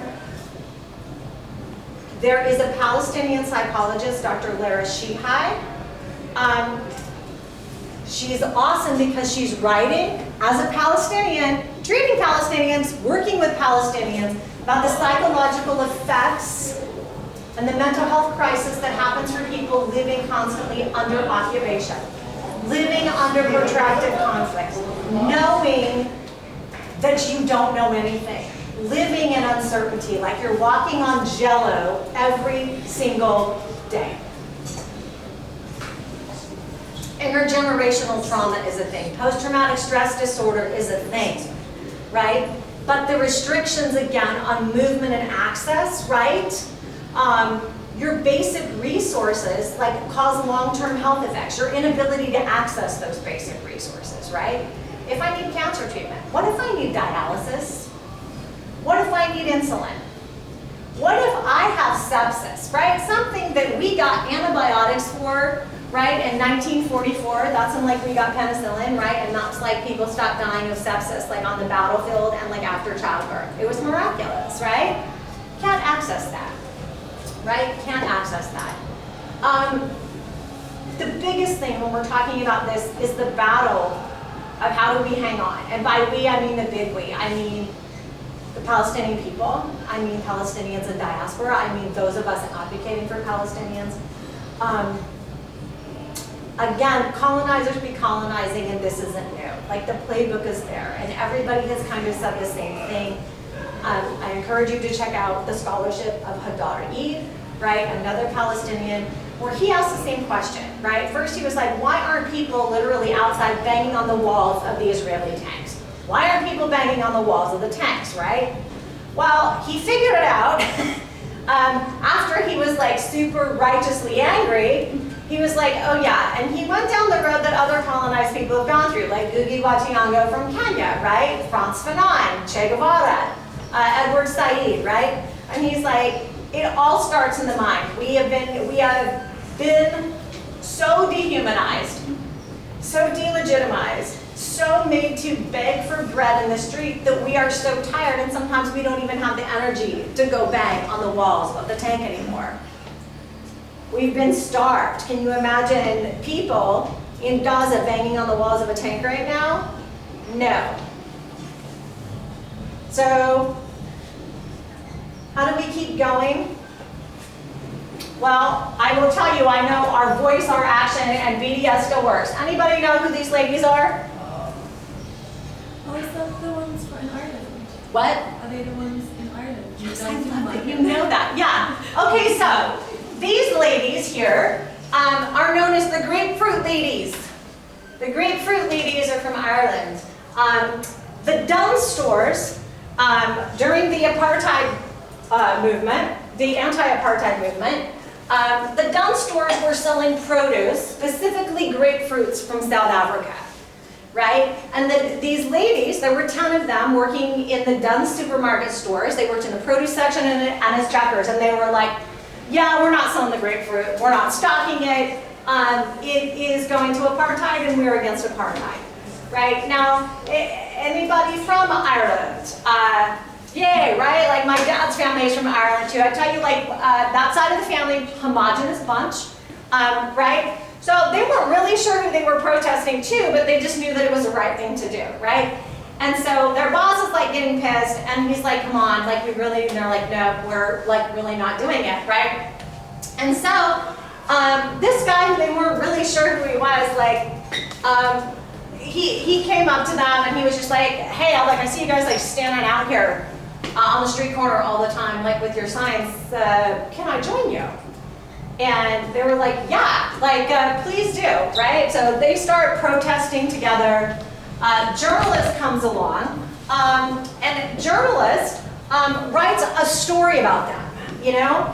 And it kind of, like, catches the wire, because, you know, like, here's this, like, group of 10 ladies, like these fruit ladies from Ireland that are just, like, on strike for apartheid. So who might it catch the attention of, right? Goes along, may have heard of, like, Archbishop Desmond Tutu. It gets Tutu's thinking, he's like, I gotta go to Ireland, I gotta meet these ladies. Gotta meet these ladies.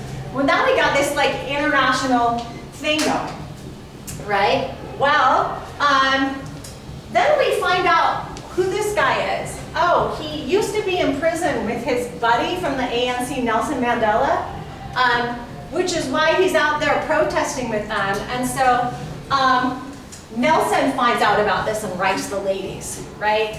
Thanking them for their support. Well, what do you think this is doing? International pressure gets applied. Ireland comes out, right? It makes it all the way up. The Dunn stores, right? The pressure's on them. right? So Dunstore is just like, okay, we're officially boycotting, we're not doing it. The long and short of it is, this was the impetus for Ireland adopting the BDS strategy against apartheid-era South Africa. The ladies were flown to South Africa when Nelson Mandela had his inauguration ceremony. So do not doubt the power of your voice and being in protest and not buying the grapefruits or whatever it is, the Sabra hummus, right? The SodaStream soda, right? Coke, all of these things, Airbnb, all of it, right? It works. I'm here to tell you it works, but be like the grapefruit ladies. Thank you for listening to me. I hope that you guys got something out of this. I have absolutely loved being part of your Palestinian family here and the movement. If you are not in touch with me, please get in touch with me because I live for it. Trust. I love hanging out with you guys, and thank you so much.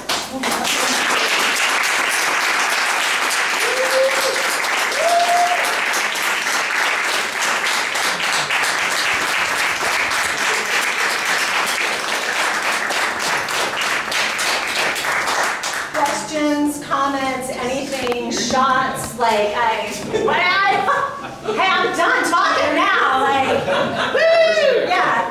Yes, friends. First of all, thank you very much. I hope it doesn't get longer. I will try to keep it short. So I'm so happy you mentioned the dehumanization part, which is so true. I will share my story with you. I come from a very remote village of Pakistan, infamous on media. And I was born as a Muslim in a Muslim family. So what happens is, from the village where I am, even learning one sentence of English is big achievement. So you can think of it. So I got the opportunity, a good scholarship to study my bachelor's degree in China. So when I went to China, I got exposed to international media. When I got exposed to international media, all the time I was hearing, oh, Muslims this, Muslims that, Muslims. So what happened is, I started thinking, just because I'm born in a Muslim family, why is it that we are right, maybe we are wrong, everyone else is talking bad about it, maybe we are wrong. I went away from my own religion, okay? Because I started believing in it, as you said, when you plant a seed in the minds, it works. So I started believing in it. I went away for a few months, then I wasn't feeling content. So I thought, let's study which God is true, let's try the other gods. I tried to study atheism, agnosticism. For me, it's not the right thing maybe. Then I studied Judaism, Christianity. I thought there must be the right God because everyone else is talking nice about them. Our God is bad, but their God is nice. Oh my God. Then I came across, I don't know, sorry, but then I came across few verses or stuff which was, I will quote at some point, which will blow up your mind. 1 Samuel chapter 15 verse 3, Luke chapter 19 verse 27. I will not tell you what it says, read it for yourself. Then when I talk about the dehumanization stuff, recently there was a poll that what percentage of Israelis think that everyone in Gaza should be killed. The percentage was 83%. So why? Because they don't think they are humans. One passage which I will quote, which is the least, there is so much bigger which I can talk about. The one thing which is mentioned in Talmud, in Sanhedrin 59a, Goyim. Do you know who are Goyim? Goyim? Non-Jews. Goyim, non-Jews. Everyone who is not a Jew, it's called Goy in the exegesis of religion. So we are Goy. Just one verse I'm quoting, there is so much, please talk to me about it. This is my research, I'm a researcher on comparative religion. It says, Goy, Gentiles and Samaritans, we, everyone non-Jew, are like wild animals. Killing them is like killing wild animals. This is the least I just told you. There is so much more. So when I studied such nice religion, I thought, no, this is not for me. Another thing, okay, you are anti-Semitic. We are not anti-Semitic. When someone criticizes Saudi Arabia, Qatar, UAE, why don't we say you are Islamophobic? Why does this apply only to Israel? Just one verse. I thought, okay, these religions are not for me. Then I studied Buddhism, Hinduism. Oh my God, the message is same. I can connect it, but not for me. Maybe there are some changes. You know what happened? At last I thought, let me study Islam by myself. When I studied, it was totally different than what I saw on the media. And then I chose to become Muslim. Before I was born, then I chose to become Muslim. Now I have also planted a seed in your minds. Go look it up. Now, let's talk about the question. There are so many things to say, but what kind of leverage Israel has on US? What kind of, is it the Epstein files, which they just show them all the time? It's just the new one. Like, what leverage do they have? You might have heard Sami Hamdi. They just abducted him. When they talk about freedom of speech, law, does that only apply to just us? How about them? When they abduct people, where is freedom of speech? I did a speech, Yana knows, after a few minutes, police came to put me on the side. That's so strange. Where is freedom of speech? Can I just utter a word? How much leverage Israel has on the US? Sorry for that. That's a whole other evening. I'm going to do my best to answer that as succinctly as possible. Like, hey, thank you so much for your scholarship and for doing that. Like you, recent events have caused me to question so many things. As most of you know, who I've been in relationship with this year, I am an Arab, Irish, Jewish genocide scholar. And again, my birthday's on October 7th, so God has a sense of humor. Right, and it's just like, it's absolutely enraging to me having a genocide conducted in my name. Right? Most of you know I have lost relationship with my rabbi over this, with most of my community. It has been absolutely horrible. Right? As a lot of you know too, I am not teaching this year because the universities where I teach are not happy with my activism. Right? I have gotten to the point where I'm just like so disgusted with most people in my community. I have been hanging out with my Muslim friends most of the time, and they always joke, I'm like, I think I'm like becoming Muslim, and they're like, oh, you always have been. I'm just like, don't. Right? But it's gone so far as like even like, you know, outward expressions. Like you guys may have remembered last summer, like when I met you guys, like there was a pendant that I always wore that was a family heirloom that was my husband's grandmother's. It was from her family. In Lithuania. Since that time, that's changed. The pendant I wear all the time now is a word from the Quran, from the Arabic that is maktub, right? It is written, right? What is meant for you cannot hide under a mountain, or in what is not meant for you, even if it's between your lips, it will not come to be, right? Extremely powerful, and I have found solace in that. So I know I want to acknowledge that journey that you've been on and just hold that, because it's rough. It's rough. And so thank you for doing that as a human. Now, what hold does Israel have over the United States? That is a very convoluted question. It changes with administrations, but I will tell you this. We are in late stage capitalism in the United States. Now I even say we are living in the Weimar Republic, like circa 1940, about where we are. Where's our freedom of speech? Well, we're currently really having a constitutional crisis. And our courts are what we call stacked, which is something that happened back in the midterms in 2010 when Barack Obama was president. You guys may have heard the name Mitch McConnell. Anybody know Mitch McConnell? He was our Senate Majority Leader, and he has had the United States in a stranglehold since 2010 because Obama dicked around for the first 2 years he was president and tried to play nice and had this dream of bipartisanship, and like, you know, he was basically bringing handshakes to knife fights, right? So the Republican Party, they out-strategize and out-plan any other party every single time. They have millions of dollars of think tanks behind them. You guys heard like Project 2025, like written by the Heritage Foundation. Yeah, Heritage Foundation like wrote that. And basically like, you know, you're plugging in legislation that they wrote. It takes the work out of it for you. Now things move, this being said, what happens when you are appointed in a court, right?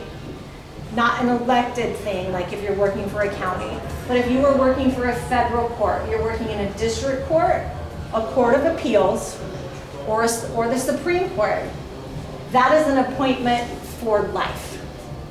You are appointed, you are not elected. I get to choose you, right? What happened is that during the first Trump term, okay, during the first Trump term, Mitch McConnell and Trump, or Trump's people, confirmed more lifetime appointments to circuit court judges, court of appeals judges, and federal district court judges in 2 years, from 2017 to 2019, than Barack Obama did in 8 years. That continued throughout his tenure, okay? So before a case can get to the Supreme Court, it has to go through those courts first, right? So basically they were looking for loyalists then. Like now they'll say that out loud, the loyalist part. They weren't saying it then, but it was implied. So I'm setting that up for you. The politics in the United States is dirty business, right? Most of it is also based on, it costs you money to run. I can't decide that I'm gonna run for US Senate or the presidency without throwing down a big bunch of money. I have to qualify, and then I have to meet fundraising goals every quarter, or I have to drop out. Or if I don't make those fundraising goals, I don't get to be on the national stage to debate, right? This is how messed up this is. So, we have big donors and bodies, political action groups in the United States, right? We had this really messed up piece of legislation that went to the Supreme Court that was called Citizens United. And basically what Citizens United did, it basically ruled that corporations are people, right? So corporations now can give you all the money they want to, right? Whereas if I'm just a person, I can only give you like $2,000, right? So the tax codes are different. So that happened. Well, there's a handful of lobby groups that hold a lot of sway over US senators. The National Rifle Association is one of them. The Cuban American group, right? That's why we still don't have the embargo lifted on Cuba. There are, right? Because it was like the rich and powerful Cubans who came, who were dispossessed when the revolution happened, right, in 1960, who are still really pissed. They want the sugar plantations back, and they've raised their kids to be really pissed, and so this is why we still have this fucking embargo, right? Because it takes Congress and 2/3 of Congress to lift it, and they won't do it. So let's talk about Israel now, right? Okay, so we get Israel, right? Israel's made, blah, blah, blah. We need Israel, right? As James Baldwin says, man, we got some political interest. We don't want the Ottomans coming back. We got some stuff to take care of. We've also figured out, like everywhere around there is like pretty oil rich. We need some people to like hold our place for us, right? What ends up happening in the United States, all in the name of protecting Jews, is Jews who were upwardly mobile, who had immigrated since the 1800s, also started having upward social mobility as well as financial mobility. They were running for office. They were big donors in being able to do things like build hospitals, build a school, build whatever, right? They were like seen as upstanding members of the community, right? In fact, this is a topic for another time. It was the Jewish mafia who saved the United States from veering into fascism during 1940. Well-connected, powerful. What ends up happening is after Israel is started, right, it is much said, remember how like it's always said the United States and Great Britain have a special relationship? Israel and the United States are going to have a real special relationship too, right? And we're going to make sure that this special relationship happens because we have all of these people who were well connected in the Zionist movement, right? And by that I mean colonizing Palestine, right? Who had lots of money. Now, the part that you don't hear about in the media is that Zionism, that whole movement, has split the Jewish community. There are a bunch of anti-Zionist Jews in Europe and the United States. We never get a voice. We're like excluded all the time. But it was the people with the money who were putting money into Israel, who were funding Irgun and Haganah, the precursors to the IDF, right? Making the money flow in there, right? So there were early political and military alliances that were formed. As Israel became more and more an established state and a player on the main stage because mostly of its allyship with the United States, because don't pick on Israel, right? Or like we'll bomb you. AIPAC, the American Israeli Public Interest Committee, right? It's the largest lobby that we have in the United States. And here's what AIPAC does with their special relationship. When you are first elected to Congress, right? So to the Senate or to the House of Representatives, you are what is called in American political vernacular a freshman congressperson or a freshman senator, right? AIPAC assigns you a person. They have that many microphones. AIPAC assigns you a person.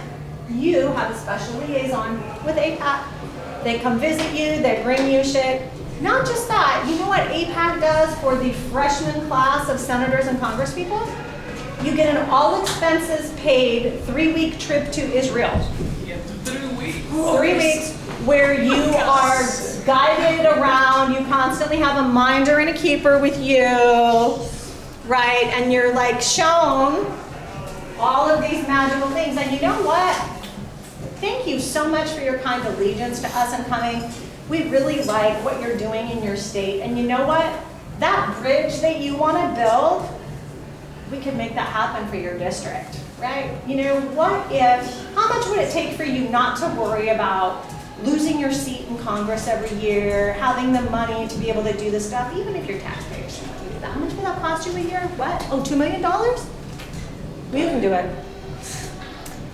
I encourage you to Google sometime AIPAC support for U.S. Congress and see the amounts of money that are tied to the people. So for example, when an initiative from somebody like Senator Bernie Sanders or Representative Alexandria Ocasio-Cortez comes up, who says, like, this is some bullshit. We need to stop sending weapons to Israel. Like, we could stop this immediately. Like, let's do it. It is supposed to take an act of 2/3 of Congress to make that happen, to make it pass. If I have AIPAC money, am I voting to stop the flow of weapons? In a nutshell, my friend, that is the hold that Israel has over the United States, right? It is, you know, and I can talk about how all of our voting districts have been gerrymandered and redistricted and all of those things, but the bottom line is that. The bottom line is that our Congress is not our Congress. Our Congress is held hostage by the special interest lobby groups whose money they get. And I heard that JFK, Kennedy was the last person who tried to get AIPAC to register as a foreign power lobbyist. They're not even registered. They're not registered, exactly. As a foreign power. Yeah. It's the ugly truth, but here we are. But now people in the United States are so scared about what's happening, right? Because we are under authoritarianism. We are. And there are so many people. We have like the greatest wealth disparity that we've had since the 1920s. a lot of people, and because that anti-Semitism has been weaponized, because solidarity movements have been weaponized and made illegal, people are afraid. They're afraid of saying the wrong thing, doing the wrong thing. I don't know if you know, like our government is currently shut down, right? So there are people being furloughed, people being not paid. So like, for example, the people in the Airport Transportation Safety Authority, the people who are like running the X-ray machines, checking you on that, they're not getting paid right now. Air traffic controllers, not getting paid. The people who work at any of the government agencies, a lot of them have been furloughed. You'll get back pay eventually, like, you know, once we vote for something. But this is how bad things are, right? And it's like, again, it's that fascist playbook. You need social and political unrest and economic upheaval, and then you need somebody to come in and tell you that they have the answer. It's all because of this, I have the answer. Here we are. So I don't know what they will do with me, because I all the time posting on Twitter and marking them different like people. I mark Donald Trump, Elon Musk, some leaders from Egypt, from Dubai, or you know, I'm doing that. Yeah, I think there are more people doing that. I hope so. Don't travel to the US now. Yeah, it's a bad time. Why do you guys think I'm gone so much? Like seriously, if I didn't have a family to go back to, I wouldn't, right? I mean, I FaceTime them every day, but it's not the same. They're like, are you ever coming back? I don't know. So Yeah. it's good if I sidetrack to a more technical problem. The term incremental, I like it a lot. The problem is in English it's exotic enough, and I think, and in Czech even more so. Yeah. It's very rare. Can you perhaps and the others think of synonyms to incremental or other metaphors? Do you think, well, what springs to my mind is salami tactics, which is kind of old-fashioned salami tactics, but maybe a slightly more percentage of people may have some sort of mental picture evoked by salami tactics, but do you find something better? I think, again, like I like erosion, right? Erosion. There is gradual. One of in the United States, because everybody, they love American football, it's crazy. So I often use the moniker long game, right? We're playing the long game here, right? Like it's overtime. I think that what's really important, and this is what's really important when we're talking about genocide education, and I really thank you for bringing that up. It is really important to find a word, right, that means something, and within the context in which you're teaching, right? Within the context in which you're having the conversation, right? Because, you know, for example, like students of Arabic, right? It is just like, depending on how you roll an R or put an accent, the meaning is completely different, right? You have just completely changed the meaning, right? So I think it's important, like you said, in English, it does a really good job, right? In other languages, maybe not so much. Saying incrementally in Czech is, you know, from outer space, but it doesn't fit. So, you know, like slow, erosion, like thick. This is like a really great assignment for you guys, right? Like, think of something that does a really good job of doing that, right? Like, Gradual. Okay, well, it's an open. gradual, dripping, like something, like yes. Thank you again for bringing that up. It's really good. Yes. Yeah, I just wanted to ask, you mentioned the importance of like the role of the media regarding this like the situation in Gaza. So I wanted to ask if there is possibility of holding the media outlets accountable. For instance, there have been some cases where they reported information that were either misleading or they were what you can call like fake news. So, to what, like, from what I know, there was only one case where media were held accountable for basically like supporting genocide during the genocide in Rwanda, and it was like direct support of the genocide. However, I think in this case, it's maybe a bit different because the media, they're not necessarily supporting it like directly or explicitly, but by informing or like by falsely informing their like the public, maybe they or definitely they can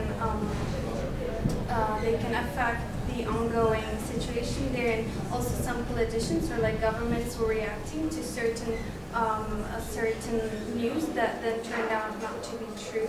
So if international law or if there's like some mechanism that is able to hold them accountable for that. Thank you, that's a really good question.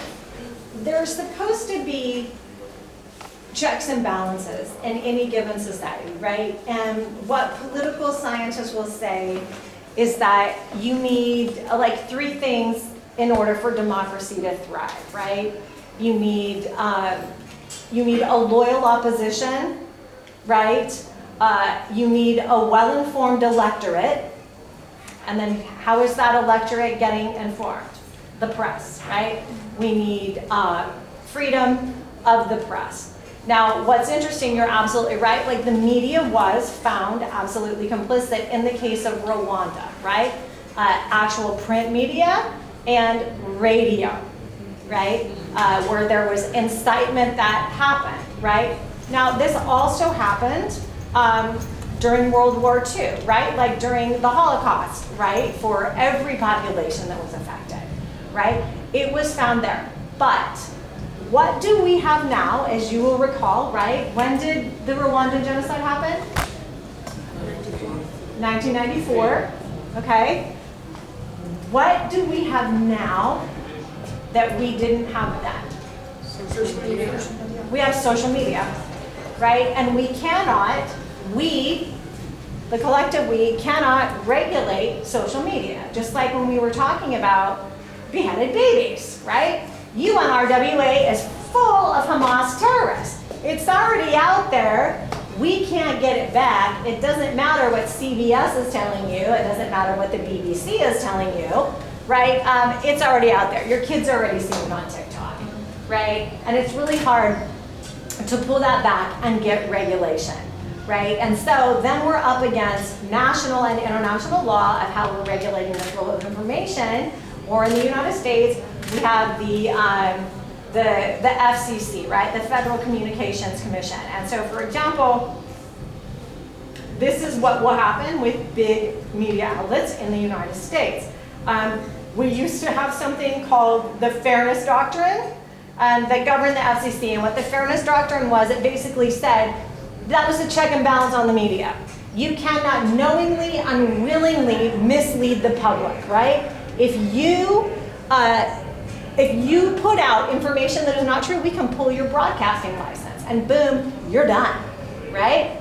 Well, there was a guy by the name of Ronald Reagan who came along and really decided that he loved capitalism like so much, and that it was really a disservice to people and an invasion of their mind and their ability to tell what's right and wrong from each other if we have that kind of crazy legislation, because people should just know, right? People should just know.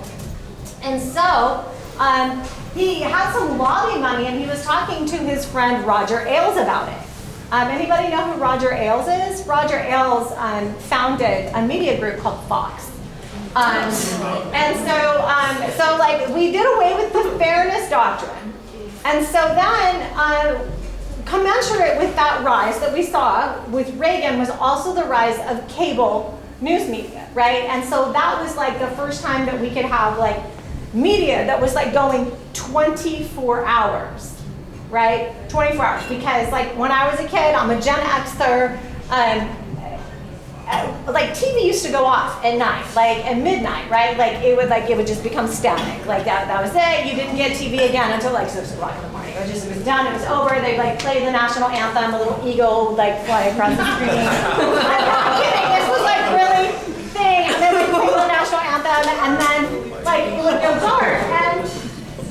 And so what happened is there were cases that started coming up, right? And in journalism and media, this was big, like the United States was setting all these precedents, right? Because people were like, wait, like these people, as it turned out with Fox News, like you guys are crazy. Like you are just broadcasting like untruth. You have basically like become a mouthpiece for like the right-wingers in the United States. Like, oh my God, what's happening? So people started suing Fox News because they were like, you are knowingly and willingly misleading the public. You are complicit in all of these things happening.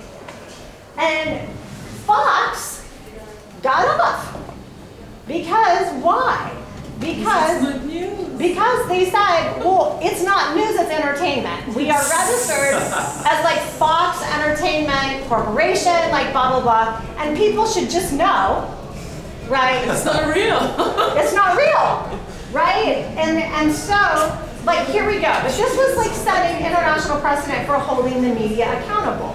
What social media also did, it helped create, like, what I don't know what you guys call it here, we call it cancel culture in the United States, right? So, for example, what I think a lot of journalists hope that it would do was like, oh yay, like now I've got a platform. And this was great like in 2009, like in Iran, right? Like we called it like the Twitter revolution, right? Like the things that we were seeing like during the Arab Spring, absolutely incredible. Social media played a role, right? A positive role. Well, what social media could also do that people weren't counting on, well, you know, you're setting your location generally on social media, right? So if you're an activist and you're tweeting something, they found out really fast to not do that, right? Because then it shows the police or whoever your location, right? What it also did, you hope that it's a way that you're connecting with people and disseminating information. So let me tell you a story about what happened to my friend Octavia Nasser. Octavia Nasser, badass, veteran journalist, she's from Lebanon, homegrown journalist there, reported on the Civil War, went on to become the head of the news desk for CNN Middle East, right? So things go along, you know, again, she's Lebanese, she's covered politics there her whole career, now she's like in Atlanta. One of the head clerics of the OG like Hezbollah dies, and he was one of the reformists who was talking about we need to reform some things here, like maybe we need to like have a reformation, like we need to talk about blah, blah, blah. So he dies, right? Octavia just tweets out and she was like, we lost a great today. May your memory always rest in power, blah, blah, blah. CNN fired her because she was supporting a terrorist, right? So this started happening, right? So we have had this twisting of what it means to be a journalist, of what it means to put the truth versus the not truth out there. And what is the international body that's going to control this now that we have social media? And now that we have legal cases that have set precedent that said, well, people should just know that it's not truth, right? And so we're like walking the sticky thing. And with respect to Rwanda, what's really messed up, we all know this now, right? Like, we all know that everybody knew what was happening, right? Like, we all know France knew, the United States knew, the UK knew, everybody knew what was happening, and they just chose not to act, right? And there were cables that the woman who was the head of the consular department in Rwanda had sent to Washington, D.C. that talked specifically about what was being said on the radio, right? And the U.S. government, the State Department, wrote back to her and said, Candace, radios don't kill people. People kill people. And so after, of course, like aftermath of genocide, like she got reassigned to some consular thing in like Guatemala for like 4 years so that she like wouldn't be a whistleblower in the United States. This is what people are up against. I know this is like a super like round thing, round answer to what you're saying, but this is the kind of stuff that we're up against when we're like trying to do this. And this is what's so important, why it's so important to have people on the ground. Like remember like Motaza Zeza, right? Plestia Aloquad, right? And again, this is why they're also targeted, right? The best thing I can say is like supporting those local journalists, right? Supporting and calling out organizations like PEN, who censor Palestinian journalists and Palestinian writers. I know what works in the United States. One of our talk show hosts was recently, he had his show pulled, one of our night comedian shows. He had his show pulled because he was talking shit about Charlie Kirk. And the Trump administration didn't like it. And so, you know, the Trump administration has appointed all their friends, like the head of the news organizations now. And so they're like, okay, like you're out of here, you're fired, we're pulling your show, it's out. So here again is where we have to be really conscientious about what we do with our money and knowing that that is like the bottom line of what these MFs like listen to in a post-capitalist society. So people were like, oh wait, you just canceled Jimmy Fallon? Okay, now I'm canceling my streaming subscription to you. How about that? The stock tanked. In 4 days, he had his show back. Right? So it's like whatever we can do to be supporting like those voices, like they come after the comedians too. Right? Does that help at all? Could I make a small addition to that? Well, please. I think it should, in this context, it should be mentioned now. There's the Nuremberg trials precedent for sentencing. I forget the guy's name, but he was in charge of the Nazi propaganda magazine Der Stürmer. And he was not the only one who could sentence as part of the Nuremberg trials for spreading Nazi propaganda, which of course included demonization and so on and so forth. So there are, but Jim was killed himself actually before the trial. But there is the Der Stürmer magazine. Yeah, as I'm saying, he was not the only one who got sentenced at the Nuremberg trials for helping propagandize the Holocaust. Right, so how do we hold that accountable into today? This is the problem, right? Where we have the proliferation of social media, where we have 24 hours news cycles of things. And how do we begin, and especially now, here's a conversation that a lot of my students have had, right? With the proliferation of AI, right? And like, now here's something that is being used to discredit journalists and stuff in the United States. Oh, it's a deep fake. It's like, oh, like it's fake news. Like that wasn't like what you saw, you didn't see, right? Hamas created that. Right? So what do we do? I think that's a larger question that you bring that's really important. How do we protect journalists? What do we do to hold news media outlets accountable other than like canceling our streaming subscriptions, right? What power do we have? I think it's diminished since the 90s, but we still have it with the big ones. And there is one more point about the AI. What happened is Grok is the recently the most kind of advanced AI. What happened is people asked Grok like, what's happening in Gaza? Do you think it's a genocide or not? Grok said it's a genocide. What happens is they suspended Grok, which is an AI application, and then removed, like made some changes into it. Now if you ask Grok what's happening in Gaza, is it genocide? It says no. But what happened, people started asking Grok, why were you suspended? And Grok says, because I said what's happening is genocide. That's why I got suspended.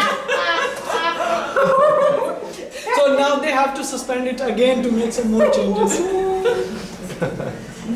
That's how hilarious it is. There were 2 more hands up, but it's already 9:30. So, what are the questions? Here and here.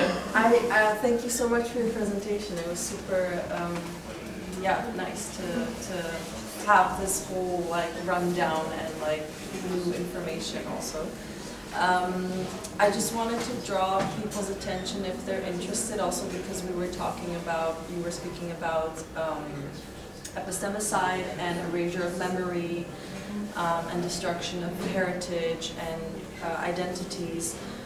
There's this project, it's called Fighting Erasure, and it's by Professor Jamila Gadar. She's a Lebanese archivist and wonderful scholar.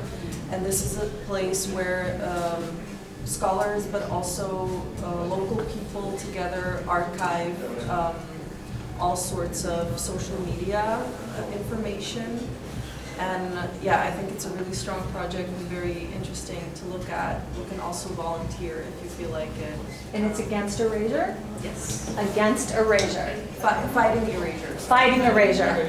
Fighting erasure. Thank you for that so much.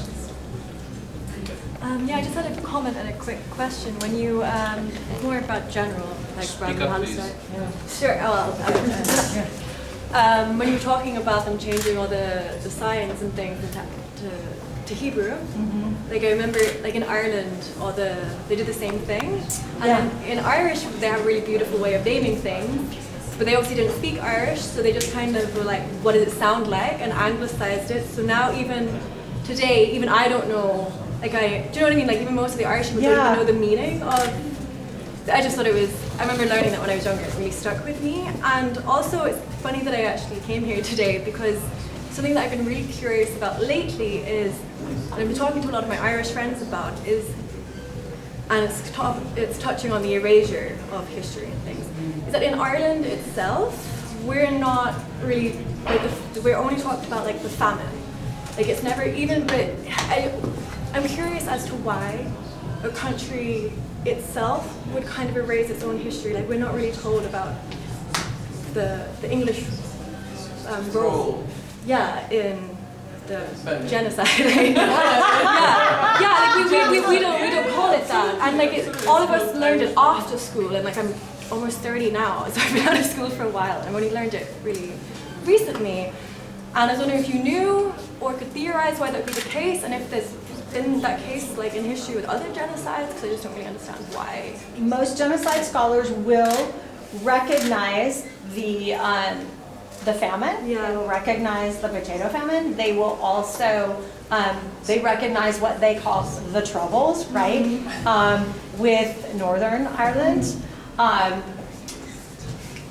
don't know why they would not recognize it, except I would say that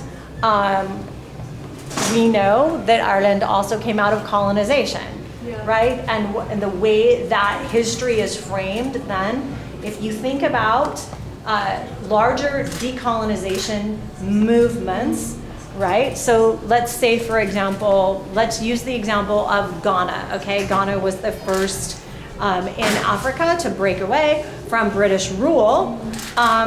They're still speaking English, right? They're still dependent on trade, right? Every single former colony was set up in what's called a dependency economy, right? Because after decades, centuries of making economic systems, education systems, health systems, that infrastructure is still in place. Just because like a colonizer left, it doesn't mean that the infrastructure is not there.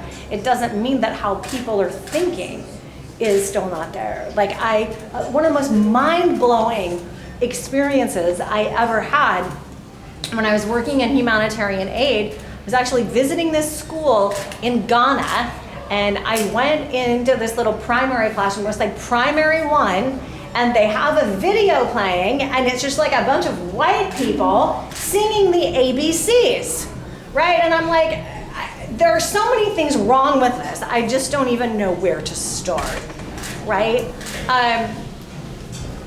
I always go back, just like remember what Hadar Eid said, right? Like what has happened to people's minds? The way that we frame history, the way that we talk about it, the way that we think about it, the way that we also want to see ourselves. And the way that we want to see ourselves has also been distorted sometimes, like Edward Said talks about, right? It's like repackaged and sold back to us until we believe it about ourselves, right? That would be my guess, but I don't know. I know that the reason in the United States, we don't talk about slavery, we don't talk about the Native American genocide. There are history books that actually say that slavery was beneficial because it taught people skills that they could use after they were freed, and that some slave owners just treated the slaves like family. Yeah, I guess I understand that whitewashing of history because it's the win. Like, you know what I mean? Yeah. It's the process for writing history. Right. But yeah, I guess. Yeah. I don't know, but it's a really interesting. I'll have to look into it. It's a really interesting idea, and like Ireland and Palestine are often like put together, right? Like there's been this like solidarity. But the interesting thing, right, Britain left Ireland, right? They were like, deuces, well, really, like the Irish were like, fuck out of here, right? Like, you need to go. Palestine has never had that. Palestine has continually been under occupation. So we're not comparing apples to apples here, right? The structure and the context is completely different, right? Ireland, nation state, recognized. Palestine, not. So a lot of times, like, we are not, it sounds really great to like make these comparisons until we start digging a little bit further. Yeah.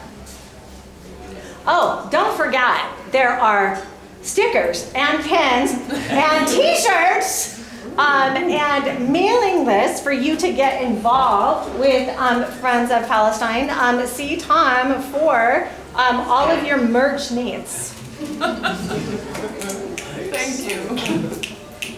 Thank you, Lorrie. Thank you. Thank you. Okay,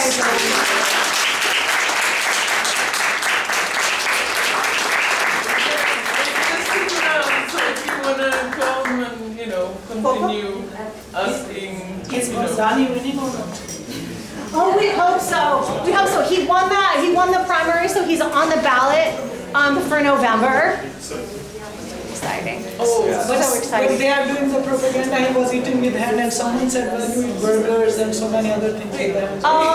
one second, I'm sorry. Before you guys leave, we have Moin Rabbani coming on 17, 18, 19 November. And if you remember or research the 4-hour debate, Finkelstein against Morris, Moin Rabbani was there, and he's an excellent scholar, full of knowledge, and he's coming to Prague because they made it up. So now we will see where exactly, hopefully tomorrow and Monday we should put out, or sometimes next week, some post about where the talks are going to be. And we have a Solidarity March on 29th for the Solidarity Day. And what am I forgetting? Friends of Palestine in the back. Friends of Palestine against erasure and Doctors Against Genocide. Yes. Yes. Thank you for coming, and thank you for having our family and you know, helping to organize evenings like this and other things. Thank you so much. Thank you.